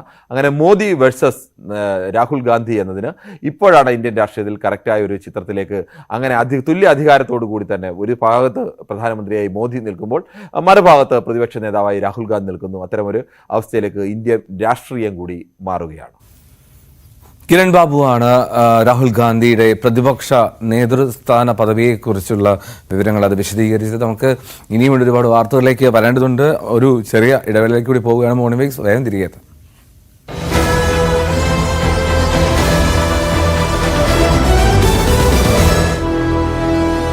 AKG സെന്റർ ആക്രമണ കേസിൽ ഒളിവിലായിരുന്ന 2ാം പ്രതി അറസ്റ്റിലായി. സുഹൈൽ ഷാജഹാനാണ് അറസ്റ്റിലായത്. K. സുധാകരന്റെ അടുത്ത അനുയായിയായാണ് സുഹൈൽ. ഡൽഹി വിമാനത്താവളത്തിൽ നിന്നാണ് അറസ്റ്റ് ചെയ്തത്. MG മിഥുൻ ചേരുന്നു വിവരങ്ങളുമായി. മിഥുൻ, നാളുകളായി AKG സെന്റർ ആക്രമണ കേസ് നടന്നിട്ട് അതിന്റെ അന്വേഷണം എങ്ങനെ തുടരുകയായിരുന്നു. ഇപ്പോൾ എങ്ങനെയാണ് ഇയാളെ പിടികൂടിയത്? എപ്പോഴാണ് നാട്ടിലേക്ക് എത്തിക്കുക? എന്തോ കൃത്യം പറഞ്ഞാൽ 2 വർഷമായി AKG സെന്റർ ആക്രമണ സംഭവം ഉണ്ടായിട്ട് 2022 ജൂലൈ 1-നായിരുന്നു ഈ ഒരു സംഭവം ഉണ്ടാകുന്നത്. പുലർച്ചയോടുകൂടി ഇത്തരത്തിൽ ഈ 2 പ്രതികൾ ജിയോ സ്കൂട്ടറിലെത്തി പടക്കമറിയുകയായിരുന്നു. അത് വലിയ രീതിയിലുള്ള സ്ഫോടന വസ്തുവാണ് എറിഞ്ഞെന്നുള്ളൊരു ആരോപണം നേരത്തെ EP ജയരാജനും ഒപ്പം തന്നെ PK ശ്രീമതി അടക്കമുള്ളവർ അറിയിക്കുകയും ചെയ്തു. അതിനെ തുടർന്നായിരുന്നു പിന്നീട് അന്വേഷണം ഉണ്ടാവുകയും ചെയ്തത്. അതേ തുടർന്ന് ഈ പ്രധാനപ്പെട്ട പ്രതിയായിട്ടുള്ള ഈ AKG സെന്റർ ആക്രമണ കേസിലെ സുഹൈൽ ഷാജഹാനാണ് ഇപ്പോൾ അറസ്റ്റിലായിരിക്കുന്നത്. അദ്ദേഹം K. സുധാകരന്റെ അടുത്ത അനുയായി കൂടിയായിരുന്നു. ഡൽഹി വിമാനത്താവളത്തിൽ നിന്നാണ് അദ്ദേഹത്തെ അറസ്റ്റ് ചെയ്യുന്നത്. അന്വേഷണ സംഘം ഇന്ന് ഡൽഹിക്ക് പുറപ്പെടും. തിരുവനന്തപുരത്ത് വൈകിട്ടോടു കൂടി എത്തിക്കുമെന്നാണ് നമുക്ക് മനസ്സിലാക്കാൻ സാധിക്കുന്നത്. നമുക്കറിയാം, ഞാൻ നേരത്തെ സൂചിപ്പിച്ച പോലെ തന്നെ 2022 ജൂലൈ 1-നാണ് AKG സെന്ററിൽ സ്കൂട്ടറിലെത്തിയ ആൾ പടക്കം എറിയുന്നത്. സംഭവം വലിയ കോളിളക്കം സൃഷ്ടിച്ചുവെങ്കിൽ പോലും തന്നെ അന്വേഷണം എങ്ങും എത്താത്ത സ്ഥിതിവിശേഷത്തിലേക്ക് കാര്യങ്ങൾ പോയിരുന്നു. അതായത് അന്ന് B. ജിതിൻ എന്ന മണ്ഡലം കമ്മിറ്റി സെക്രട്ടറിയെ അറസ്റ്റ് ചെയ്തു എങ്കിൽ പോലും തന്നെ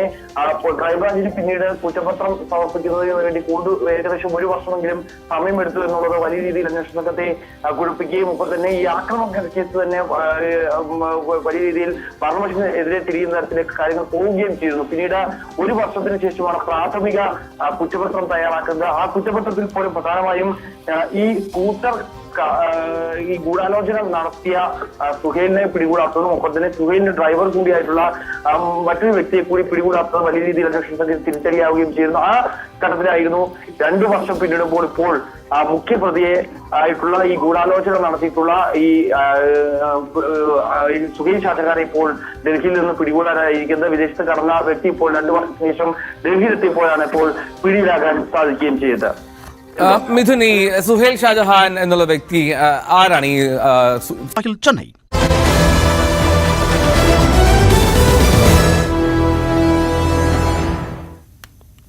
മോർണിംഗ് വൈബ്സ് തുടരുകയാണ്. കൈക്കൂലി കേസിൽ പ്രതി ചേർക്കപ്പെട്ട തൊടുപുഴ നഗരസഭാ ചെയർമാൻ സനീഷ് ജോർജ് രാജിവെക്കണമെന്ന് നിർദ്ദേശിച്ച് CPM. സ്കൂൾ ഫിറ്റ്നസുമായി ബന്ധപ്പെട്ട കൈക്കൂലി കേസിൽ ആരോപണ വിധേയനായി തുടർന്നായിരുന്നു നടപടി. അസിസ്റ്റന്റ് സിവിൽ എഞ്ചിനീയർക്ക് കൈക്കൂലി നൽകാൻ സ്കൂൾ മാനേജറെ സനീഷ് പ്രേരിപ്പിച്ചു എന്നാണ് കണ്ടെത്തൽ. സനീഷ് ജോർജിനെ ഇന്ന് വിജിലൻസ് ചോദ്യം ചെയ്തേക്കും. സാഗർ ചേരുന്നു തൊടുപുഴയിൽ നിന്ന്. സാഗർ, വിവരങ്ങൾ. എന്തോ സ്കൂൾ കെട്ടിടത്തിന് ഫിറ്റ്നസ് സർട്ടിഫിക്കറ്റ് നൽകുന്നതിന് 1 ലക്ഷം രൂപ കൈക്കൂലി വാങ്ങുന്നതിനിടെ കഴിഞ്ഞ ആഴ്ച തൊടുപുഴ നഗരസഭ അസിസ്റ്റന്റ് എഞ്ചിനീയർ CT അജിയും ഇടനിലക്കാരൻ റോഷനും വിജിലൻസിന്റെ പിടിയിലായിരുന്നു.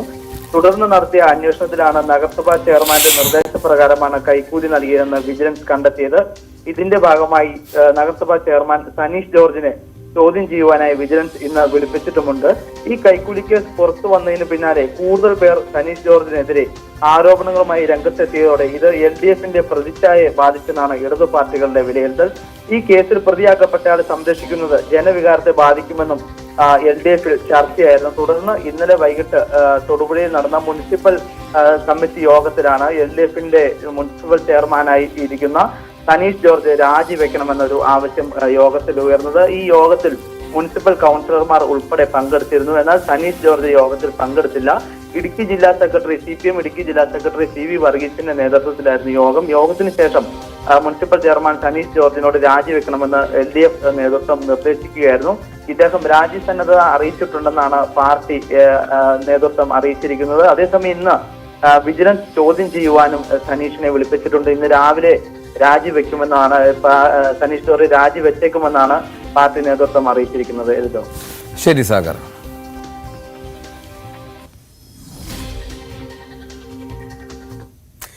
ഗുരുവായൂർ ദേവസ്വാനുകൾക്ക് സുഖചികിത്സയുടെ കാലമാണ്. ചിട്ടയായ മരുന്നുകളും ഭക്ഷണക്രമവും എല്ലാമായി ദേവസ്വത്തിന്റെ 26 ആനകൾക്കാണ് ഇന്നലെ മുതൽ സുഖചികിത്സ ആരംഭിച്ചത്.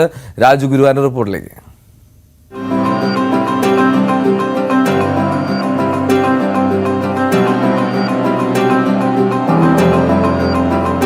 പുന്നത്തൂർ കോട്ടയിൽ ആകെയുള്ളത് 38 ആനകൾ. മതപ്പാടില്ലാത്ത 26 ആനകൾക്ക് ഇന്നലെ മുതൽ സുഖചികിത്സ തുടങ്ങി. ഇനി 30 ദിവസം ചിട്ടയായ ഭക്ഷണം. ആനകളുടെ ആരോഗ്യ സംരക്ഷണത്തിനും ശരീരപുഷ്ടിക്കും ഉപകരിക്കും വിധമുള്ള സമീകൃത ആഹാരമാണ് നൽകുക. ഒപ്പം ആയുർവേദ അലോപ്പതി മരുന്നുകളും.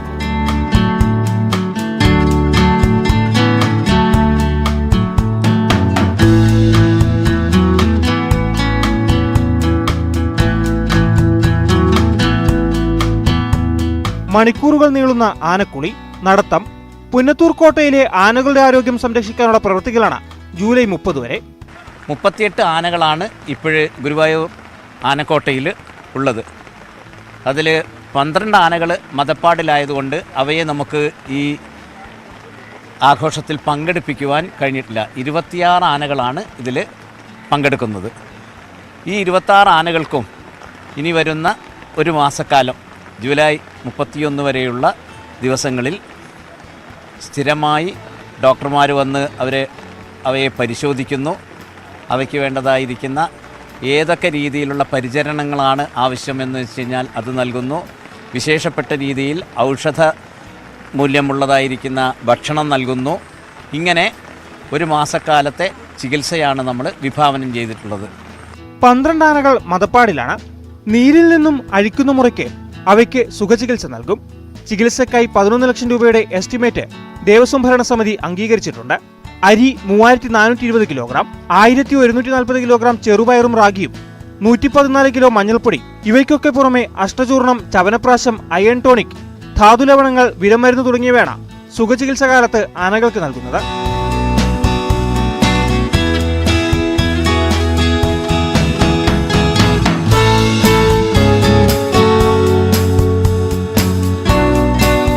ന്യൂസ് 18 തൃശൂർ. അതിർത്തിയിൽ ശത്രുവിന്റെ ആക്രമണത്തെ അതിവേഗം പ്രതിരോധിക്കാൻ ഓട്ടോമാറ്റിക് ഇരട്ട മാഗസിൻ റൈഫിൾ എന്ന ആശയവുമായി കിളിമാനൂർ സ്വദേശിയായിട്ടുള്ള വർക്ക്ഷോപ്പ് മെക്കാനിക്. ഒറ്റക്കുഴൽ തോക്കിൽ ഇരട്ട മാഗസിൻ എന്ന ആശയത്തിനാണ് N ജയേഷിന് കേന്ദ്ര സർക്കാർ പേറ്റന്റ് നൽകിയത്. ഇരട്ട മാഗസിൻ റൈഫിളുകൾക്കുള്ള ഇരട്ട കുഴൽ തോക്കുകൾ നിലവിലുണ്ട്. എന്നാൽ ഒരു മാഗസിനിലെ ബുള്ളറ്റ് തീരുമ്പോഴോ പകുതിയാകുമ്പോഴോ ഓട്ടോമാറ്റിക് പുൾ ചെയ്ത് രണ്ടാമത്തെ മാഗസിനെ യഥാസ്ഥാനത്ത് വയ്ക്കാൻ ആകുമെന്നതാണ് ഇതിന്റെ പ്രത്യേകത.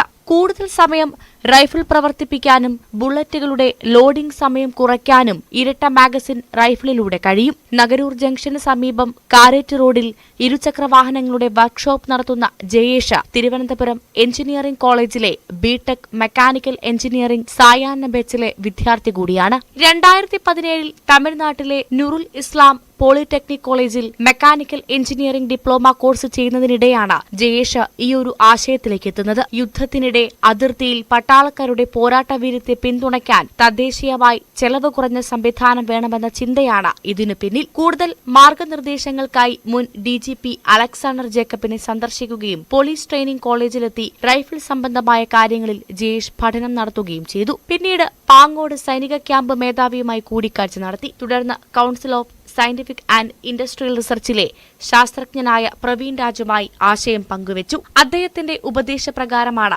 പേറ്റന്റിന് അപേക്ഷിച്ചത്. DRDOയുടെ പൂനെയിലെ ഗവേഷണ കേന്ദ്രത്തിൽ ക്ഷണം ലഭിച്ചതിനെ തുടർന്ന് ആശയം അവതരിപ്പിക്കുകയും പ്രതിരോധ വകുപ്പിന്റെ ആർമി ഡിഫൻസ് ബ്യൂറോയിലേക്ക് രൂപകൽപ്പന കൈമാറുകയും ചെയ്തു. നഗരൂർ ചെക്കാലക്കോണം വിളയിൽ വീട്ടിൽ ജയേഷ് അച്ഛൻ നടരാജന്റെ മരണത്തോടെ 10ാം ക്ലാസ്സിൽ പഠനം നിർത്തിയാണ് വർക്ക്ഷോപ്പ് ജീവനക്കാരനായത്. 9 വർഷം ദുബായിൽ ജോലി ചെയ്ത് മടങ്ങിയെത്തിയതിനു ശേഷം സുഹൃത്തുക്കളുടെ പിന്തുണയോടെ പഠനം തുടരുകയായിരുന്നു. ഭിന്നശേഷിക്കാരിയായ സഹോദരിയുടെയും കുടുംബാംഗങ്ങളുടെയും ഏകാശ്രയം ജയേഷാണ്.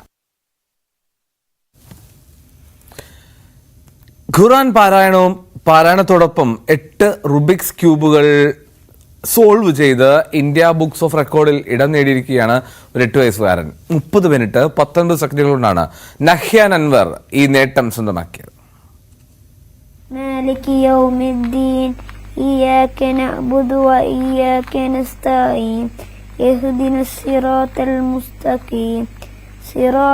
വേനലവധിക്കാലത്ത് ഫോണിലെ കളി ഒഴിവാക്കാൻ ഉമ്മ ഹസ്ന കണ്ടെത്തിയ വഴിയാണ് റൂബിക്സ് ക്യൂബ്. വൈകുന്നേരങ്ങളിൽ ഖുർആൻ പാരായണം ചെയ്യുന്നതിനോടൊപ്പം നഹ്യാൻ ക്യൂബും ഒപ്പം കൂട്ടി. പിന്നീട് അതിനോട് വലിയ കൗതുകമായി.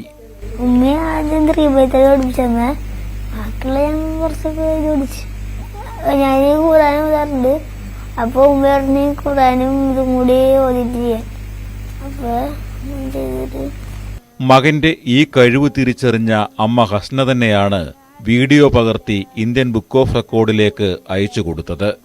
അങ്ങനെ 30 മിനിറ്റ് 19 സെക്കൻഡുകൾ കൊണ്ട് 6 റൂബിക്സ് ക്യൂബുകൾ സോൾവ് ചെയ്ത ഏറ്റവും പ്രായം കുറഞ്ഞ വ്യക്തി എന്ന റെക്കോർഡ് 3ാം ക്ലാസ്സുകാരൻ സ്വന്തമാക്കി. ആദ്യം ഞാൻ 3x3 ക്യൂബ് പഠിപ്പിച്ചു കൊടുത്ത്, അത് പിന്നീട് പല ക്യൂബുകളും സ്വയം ബാക്കി വരുന്ന ക്യൂബുകളെല്ലാം അവൻ സ്വയം പഠിച്ചതാണ്. അപ്പോൾ ഇത് ആദ്യം തന്നെ ഇത് പഠിക്കുന്ന സമയത്ത് ഭയങ്കര ക്യൂരിയോസിറ്റി ഉണ്ട്, ഇതെങ്ങനെ സോൾവ് ചെയ്ത് കംപ്ലീറ്റ് ചെയ്യുന്നത്. അപ്പോൾ ഫുൾ ടൈം ഈ വെക്കേഷൻ ടൈമിലാണ് ഇത് ഇൻട്രൊഡ്യൂസ് ചെയ്യുന്നത്. അപ്പോൾ ഫുൾ ടൈം ക്യൂബിലായിരിക്കും. അപ്പോൾ ഈവനിങ് ടൈമിൽ ഞങ്ങൾ ഖുർആൻ ഓതാൻ പറയുമ്പോൾ അവൻ സെയിം ടൈം ഇത് ചെയ്തുകൊണ്ടാണ് ഖുർആൻ ഓതുന്നത്. അങ്ങനെയാണ് ഞാൻ ഇങ്ങനെ വെറുതെ ഒന്ന് ചെയ്യിപ്പിച്ചാലോ എന്ന് വെറുതെ ഒന്ന് ഐഡന്റിഫൈ ചെയ്തത്. അങ്ങനെ ജസ്റ്റ് ഈ മെമ്മറി ഉപയോഗിക്കുക പ്ലസ് പ്രോബ്ലം സോൾവിങ് സ്കിൽ ചെയ്യുക, അങ്ങനെ ഒരു ഉദ്ദേശത്തോടു കൂടിയാണ് ആദ്യം ജസ്റ്റ് ഇതൊന്ന് ചെയ്തു നോക്കിയത്. കൊച്ചി കലൂർ സ്വദേശികളായ പോസ്റ്റൽ അസിസ്റ്റന്റ് ജീവനക്കാരി ഹസ്നയുടെയും പ്രവാസി അൻവർ ഷായുടെയും മൂത്ത മകനാണ് നഹ്യാൻ. കുട്ടികൾക്കും മുതിർന്നവർക്കും റൂബിക്സ് ക്യൂബ് പരിശീലനം നൽകുന്നുമുണ്ട് നഹ്യാൻ.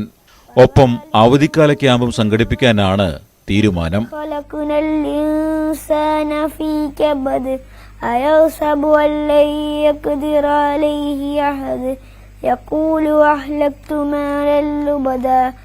ന്യൂസ് 18 കൊച്ചി. ചന്ദനമരങ്ങളും മുനിയറകളും കരിമ്പിൻ പാടങ്ങളും നിറഞ്ഞ മറയൂർ സഞ്ചാരികൾക്ക് എന്നും ഒരു അത്ഭുതമാണ്. ഇടുക്കിയിലെ മറ്റു മേഖലകളിൽ നിന്നെല്ലാം വ്യത്യസ്തമായ ഗ്രാമീണ കാഴ്ചയാണ് ഈ മറയൂരിന്റെ പ്രത്യേകത. മറയൂരിന്റെ തനത് ഉൽപ്പന്നങ്ങളും ഗ്രാമീണ കാഴ്ചകൾ പോലെ പ്രശസ്തവുമാണല്ലോ. ഗുണമേന്മയിൽ ഏറെ മുൻപന്തിയിലുള്ള ഉൽപ്പന്നങ്ങൾ കുറഞ്ഞ വിലയിൽ ലഭ്യമാക്കുന്ന വനം വകുപ്പിന്റെ എക്കോ ഷോപ്പിലെ കാഴ്ചകളിലേക്കാണ് ഇനി മോർണിംഗ് വൈബ്സ് പോകുന്നത്. മറയൂരിലെ ഗോത്ര സമൂഹത്തിന്റെ ഉൽപ്പന്നങ്ങൾക്ക് മികച്ച വിപണിയും വിലയും ലഭ്യമാക്കുക എന്ന ലക്ഷ്യത്തോടെയാണ് വനംവകുപ്പിന്റെ എക്കോ ഷോപ്പ് പ്രവർത്തിക്കുന്നത്. ഗോത്രജനത ഉൽപ്പാദിപ്പിക്കുന്ന പുൽത്തൈലം, വനമേഖലയിൽ നിന്നും ശേഖരിക്കുന്ന തേൻ തുടങ്ങിയ ഉൽപ്പന്നങ്ങൾ ഇവിടെ ലഭിക്കും. ഇവിടെ ട്രൈബൽസിന്റെ സാധനങ്ങളാണ് കൂടുതൽ ഇവിടെ വെച്ച് വിൽക്കുന്നത്. പിന്നെ വനംവകുപ്പിന്റെ സാധനങ്ങളും സാൻഡൽ ഓയിൽ അങ്ങനെയുള്ള സാധനങ്ങളും, പിന്നെ ഏറ്റവും നല്ല സാധനങ്ങൾ, ക്വാളിറ്റിയിൽ ഏറ്റവും ബെസ്റ്റ് ആയിട്ടുള്ള സാധനങ്ങൾ മാത്രമാണ് ഉൾപ്പെടുത്തുള്ളൂ ഇവിടെ വിൽക്കാനായിട്ട്. തേന്, പുൽത്തൈല അങ്ങനെയുള്ള സാധനം ട്രൈബൽസിൻ്റെ ഏറ്റവും നല്ല സാധനം, പുറത്തൊന്നും അല്ലാത്തൊന്നും എടുക്കുന്നില്ല. പിന്നെ ടൂറിസ്റ്റുകൾ ധാരാളം വരുന്നുണ്ട്. ട്രൈബൽസിനെ സംരക്ഷിക്കുക എന്നുള്ളത്, അവരുടെ സാധനങ്ങളൊക്കെ ഏറ്റവും കൂടുതൽ നമ്മൾ നല്ലത് നോക്കി എടുക്കുക, നല്ല വില കൊടുക്കുക, അങ്ങനെയുള്ള ലക്ഷ്യത്തോടു കൂടിയാണ് തുടങ്ങുന്നത്.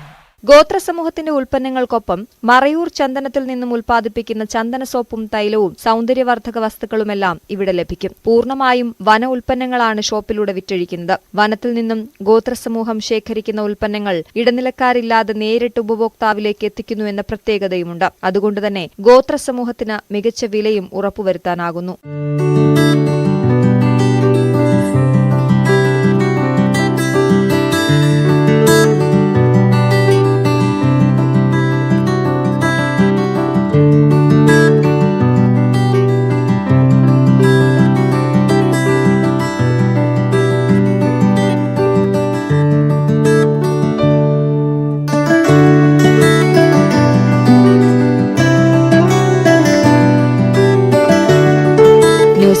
ഇടുക്കി. കണ്ണൂർ ആലക്കോട് തേർത്തല്ലിയിലെ പാതയോരങ്ങൾ വർണ്ണപ്പൂക്കളാൽ മനോഹരമാക്കുകയാണ് ഒരു കുടുംബം. 2000-ലധികം പൂച്ചെടികളാണ് ഇവർ വിവിധയിടങ്ങളിലായി നട്ടുപിടിപ്പിച്ചത്. പാതയോരങ്ങൾ സുന്ദരമാക്കി വിവിധയിനം പൂച്ചെടികൾ കണ്ണിനും മനസ്സിനും കുളിർമയേകുന്ന മനോഹര കാഴ്ചകൾ. മാലിന്യം തള്ളുന്ന തേർത്തലിയിലെ റോഡരികിലാണ് കുന്നപ്പള്ളി ജോസും കുടുംബവും വർണ്ണം വിരിച്ചത്. വിവിധ ഇനങ്ങളിൽപ്പെട്ട 2000-ലധികം പൂച്ചെടികൾ നട്ടുപിടിപ്പിച്ചു, പരിപാലിച്ചു. കഴിഞ്ഞ 9 വർഷത്തിലധികമായി പൂന്തോട്ട നിർമ്മാണത്തിൽ സജീവമാണ് ജോസ്. തേർത്തലി ടൗണിന്റെ അരികു മുതലേ അങ്ങേറ്റം വരെ റോഡരികിലും പാതയോരത്ത് വെറുതെ കിടക്കുന്ന കാലിസ്ഥലങ്ങളിലാണ് നിലവിൽ നട്ടിരിക്കുന്നത്. മാലിന്യം വലിച്ചെറിയുന്നൊരവസ്ഥ വന്നപ്പോൾ പലതും മാലിന്യക്കുമ്പാരങ്ങളായിരുന്നു. അത് ഡിസ്പോസ് ചെയ്തപ്പം ഒരു ഓൾട്ടർനേറ്റീവ് എന്നുള്ള നിലയ്ക്ക് വെച്ചതാണ്. അപ്പം പിന്നെ അവിടെ വേസ്റ്റ് ഇടുന്ന പ്രശ്നം വരികയല്ലോ. ചെടികൾ നിർമ്മിച്ച് വിൽപ്പന നടത്തിയാണ് ഇവ നട്ടുപരിപാലിക്കാനുള്ള ചെലവ് കണ്ടെത്തുന്നത്. കൂടുതൽ പൂച്ചെടികൾ വഴിയോരങ്ങളിൽ വെച്ചുപിടിപ്പിക്കാനുള്ള തയ്യാറെടുപ്പിലാണ് ജോസും കുടുംബവും. ന്യൂസ് 18 ആലക്കോട്. ലോകം വലിയ കാത്തിരിപ്പിലാണ്. ചരിത്രം കുറിച്ച് സുനിത വില്യംസ്, വിൽമോർ മടങ്ങി വരുന്നതിനായിട്ടുള്ള കാത്തിരിപ്പ്. പക്ഷേ ചില്ലറയല്ല അവരുടെ മടക്കത്തിന്മേലുള്ള ആശങ്ക. ജൂൺ 14-നായിരുന്നു ഇവരുടെ പേടകം മടങ്ങിയെത്തേണ്ടിയിരുന്നത്. എന്നാൽ അത് വീണ്ടും മാറ്റിവെച്ചതോടുകൂടി ആശങ്ക കനത്തിരിക്കുകയാണ്. നോക്കാം വിശദമായി. ലോകമെന്ന ആകാംക്ഷയോടെ കാത്തിരിക്കുന്നത് ആ ചോദ്യത്തിന് ഉത്തരമാണ്. അവർ എന്ന് തിരിച്ചെത്തും. ബഹിരാകാശ നിലയത്തിൽ കുടുങ്ങിയ സുനിത വില്യംസിനും ബുച്ച് വിൽമോറിനും എന്ന് മടങ്ങാനാകും. ഒരു ചരിത്ര ദൗത്യം, വാണിജ്യ ബഹിരാകാശ പറക്കലിനുള്ള ഒരു സുപ്രധാന നാഴികക്കല്ലാകാൻ സാധ്യതയുള്ള പരീക്ഷണം ഇപ്പോൾ ആശങ്കയിലാണ്. ജൂൺ 14-ന് മടങ്ങേണ്ട പേടകത്തിന്റെ മടക്കയാത്ര ഇതാ 4ാം തവണ മാറ്റിയിരിക്കുകയാണ്. ജൂൺ 5-നാണ് സ്റ്റാർലൈനർ ക്രൂവുമായി ബഹിരാകാശത്തേക്ക് തിരിച്ചത്. ഒരാഴ്ച നീളുന്ന ബഹിരാകാശ വാസവും ഗവേഷണവുമായിരുന്നു ലക്ഷ്യം. ജൂൺ 14-ന് തിരിച്ചെത്തുമെന്നാണ് ആദ്യം അറിയിച്ചിരുന്നത്. പിന്നീട് അത് 22-ലേക്കും തുടർന്ന് 26-ലേക്കും മാറ്റുകയായിരുന്നു. ഇപ്പോഴിതാ തകരാർ പൂർണ്ണമായും പരിഹരിക്കാൻ സാധിച്ചിട്ടില്ല എന്നും ജൂലൈ 2-ന് ശേഷമേ തിരിച്ചെത്തൂ എന്നാണ് നാസ അറിയിക്കുന്നത്. പേടകം തിരികെ എത്തിക്കാൻ സഹായിക്കുന്ന റോക്കറ്റുകളുടെ തകരാറും ഒന്നിലധികം സ്ഥലങ്ങളിൽ ഇന്ധനമായ ഹീലിയം ചോർച്ചയും കണ്ടെത്തിയതോടെ ആശങ്ക വർദ്ധിക്കുകയാണ്. പേടകത്തിന്റെ സഞ്ചാരം സുഗമമാക്കുന്നതിനും ദിശ മാറ്റുന്നതിനുമായി 28 ചെറിയ റോക്കറ്റുകളാണ് സ്റ്റാർലൈനറിൽ ഉള്ളത്. ഇതിൽ 5 റോക്കറ്റുകൾക്കാണ് നിലവിൽ തകരാറുള്ളത്. ഇതിനു പുറമെ 5 ഹീലിയം ചോർച്ചയും കണ്ടെത്തിയിട്ടുണ്ട്.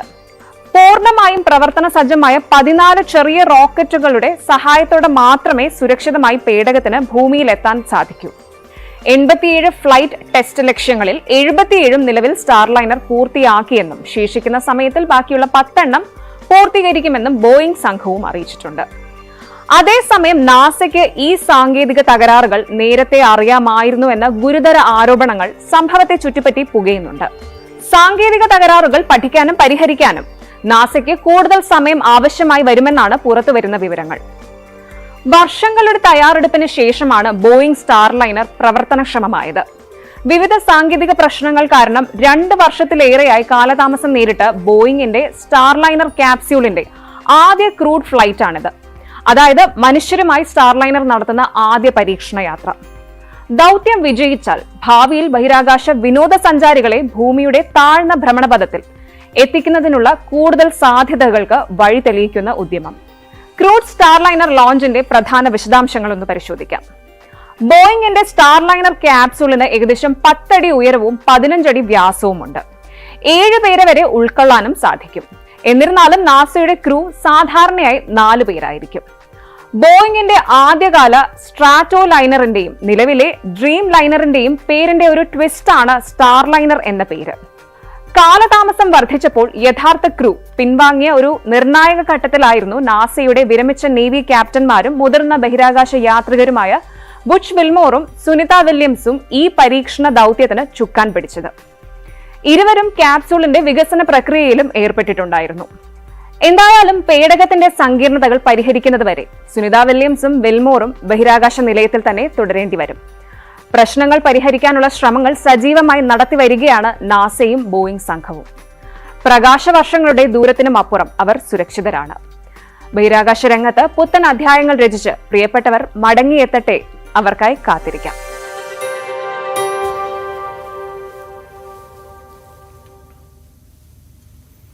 ഇനി മറ്റൊരു എക്സ്പ്ലെയിനിലേക്ക് പോയാൽ അവിടെ ഈ അമേരിക്കയിൽ പ്രസിഡന്റ് തെരഞ്ഞെടുപ്പിലേക്ക് ഇനി അധികം നാളുകളില്ലല്ലോ. പ്രൈമറികളും കോക്കസുകളും കഴിഞ്ഞ് ബൈഡനും ട്രംപും തമ്മിലുള്ള സംവാദവും അത് പൂർത്തിയായി. അറ്റ്ലാന്റയിൽ നടന്ന സംവാദത്തിൽ ജോ ബൈഡന്റെ പ്രകടനം പതിഞ്ഞതായിരുന്നു. ഇത് പ്രസിഡന്റ് തെരഞ്ഞെടുപ്പിലെ സ്ഥാനാർത്ഥിത്വത്തിൽ നിന്ന് ബൈഡന്റെ പുറത്തേക്കുള്ള വഴി തെളിക്കുന്നതാണോ എന്നുള്ളതാണ്. നോക്കാം ഒരിക്കൽ കൂടി. കൃഷ്ണേന്ദു നായർ.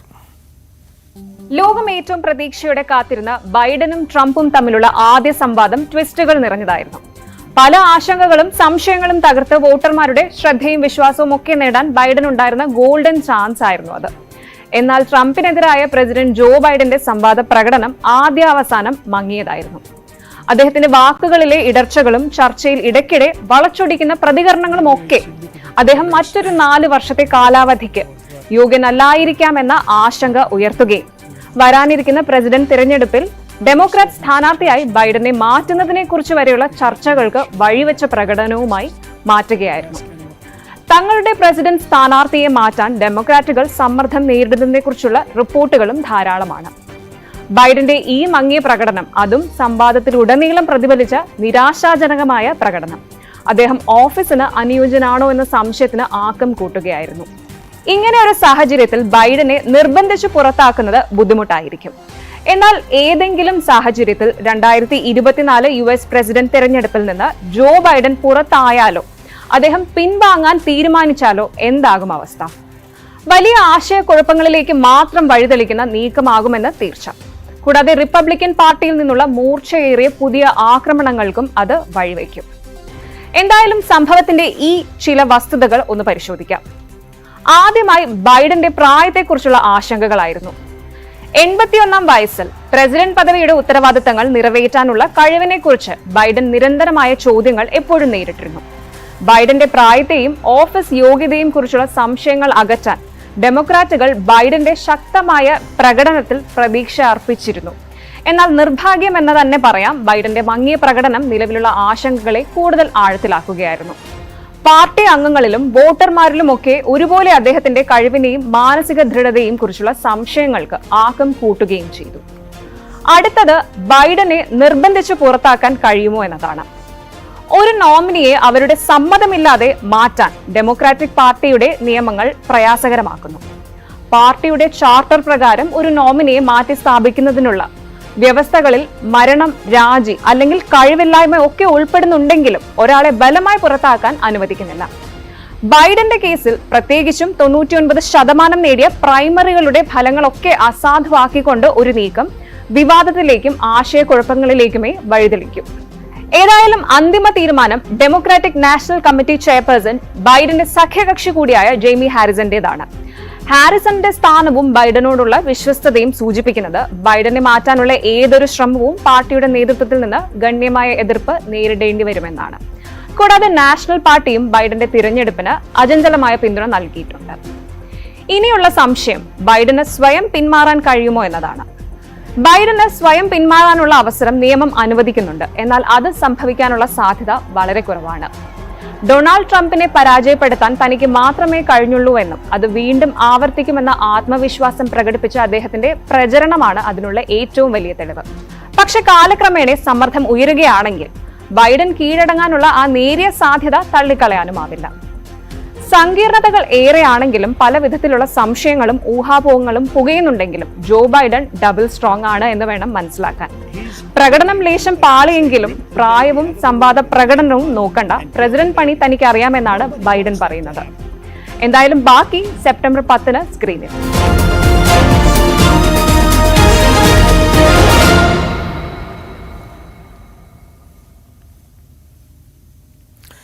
കാസർഗോഡ് പാണത്തൂർ ടൗണിൽ ഭീതി വിതച്ച് കാട്ടാനക്കൂട്ടം. പുലർച്ചെ 1 മണിയോടുകൂടിയാണ് 7 കാട്ടാനകൾ എത്തിയത്. വിവരമറിഞ്ഞ് എത്തിയ വനപാലകർ ആനക്കൂട്ടത്തെ തുരത്തി.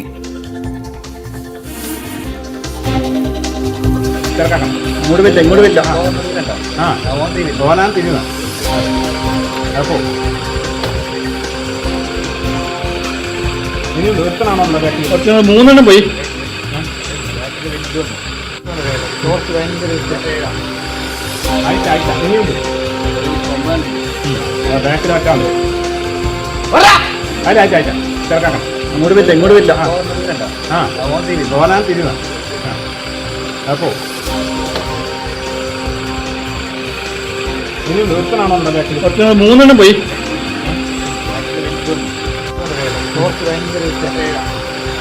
ആയിട്ടില്ല ഇനിയുണ്ട്.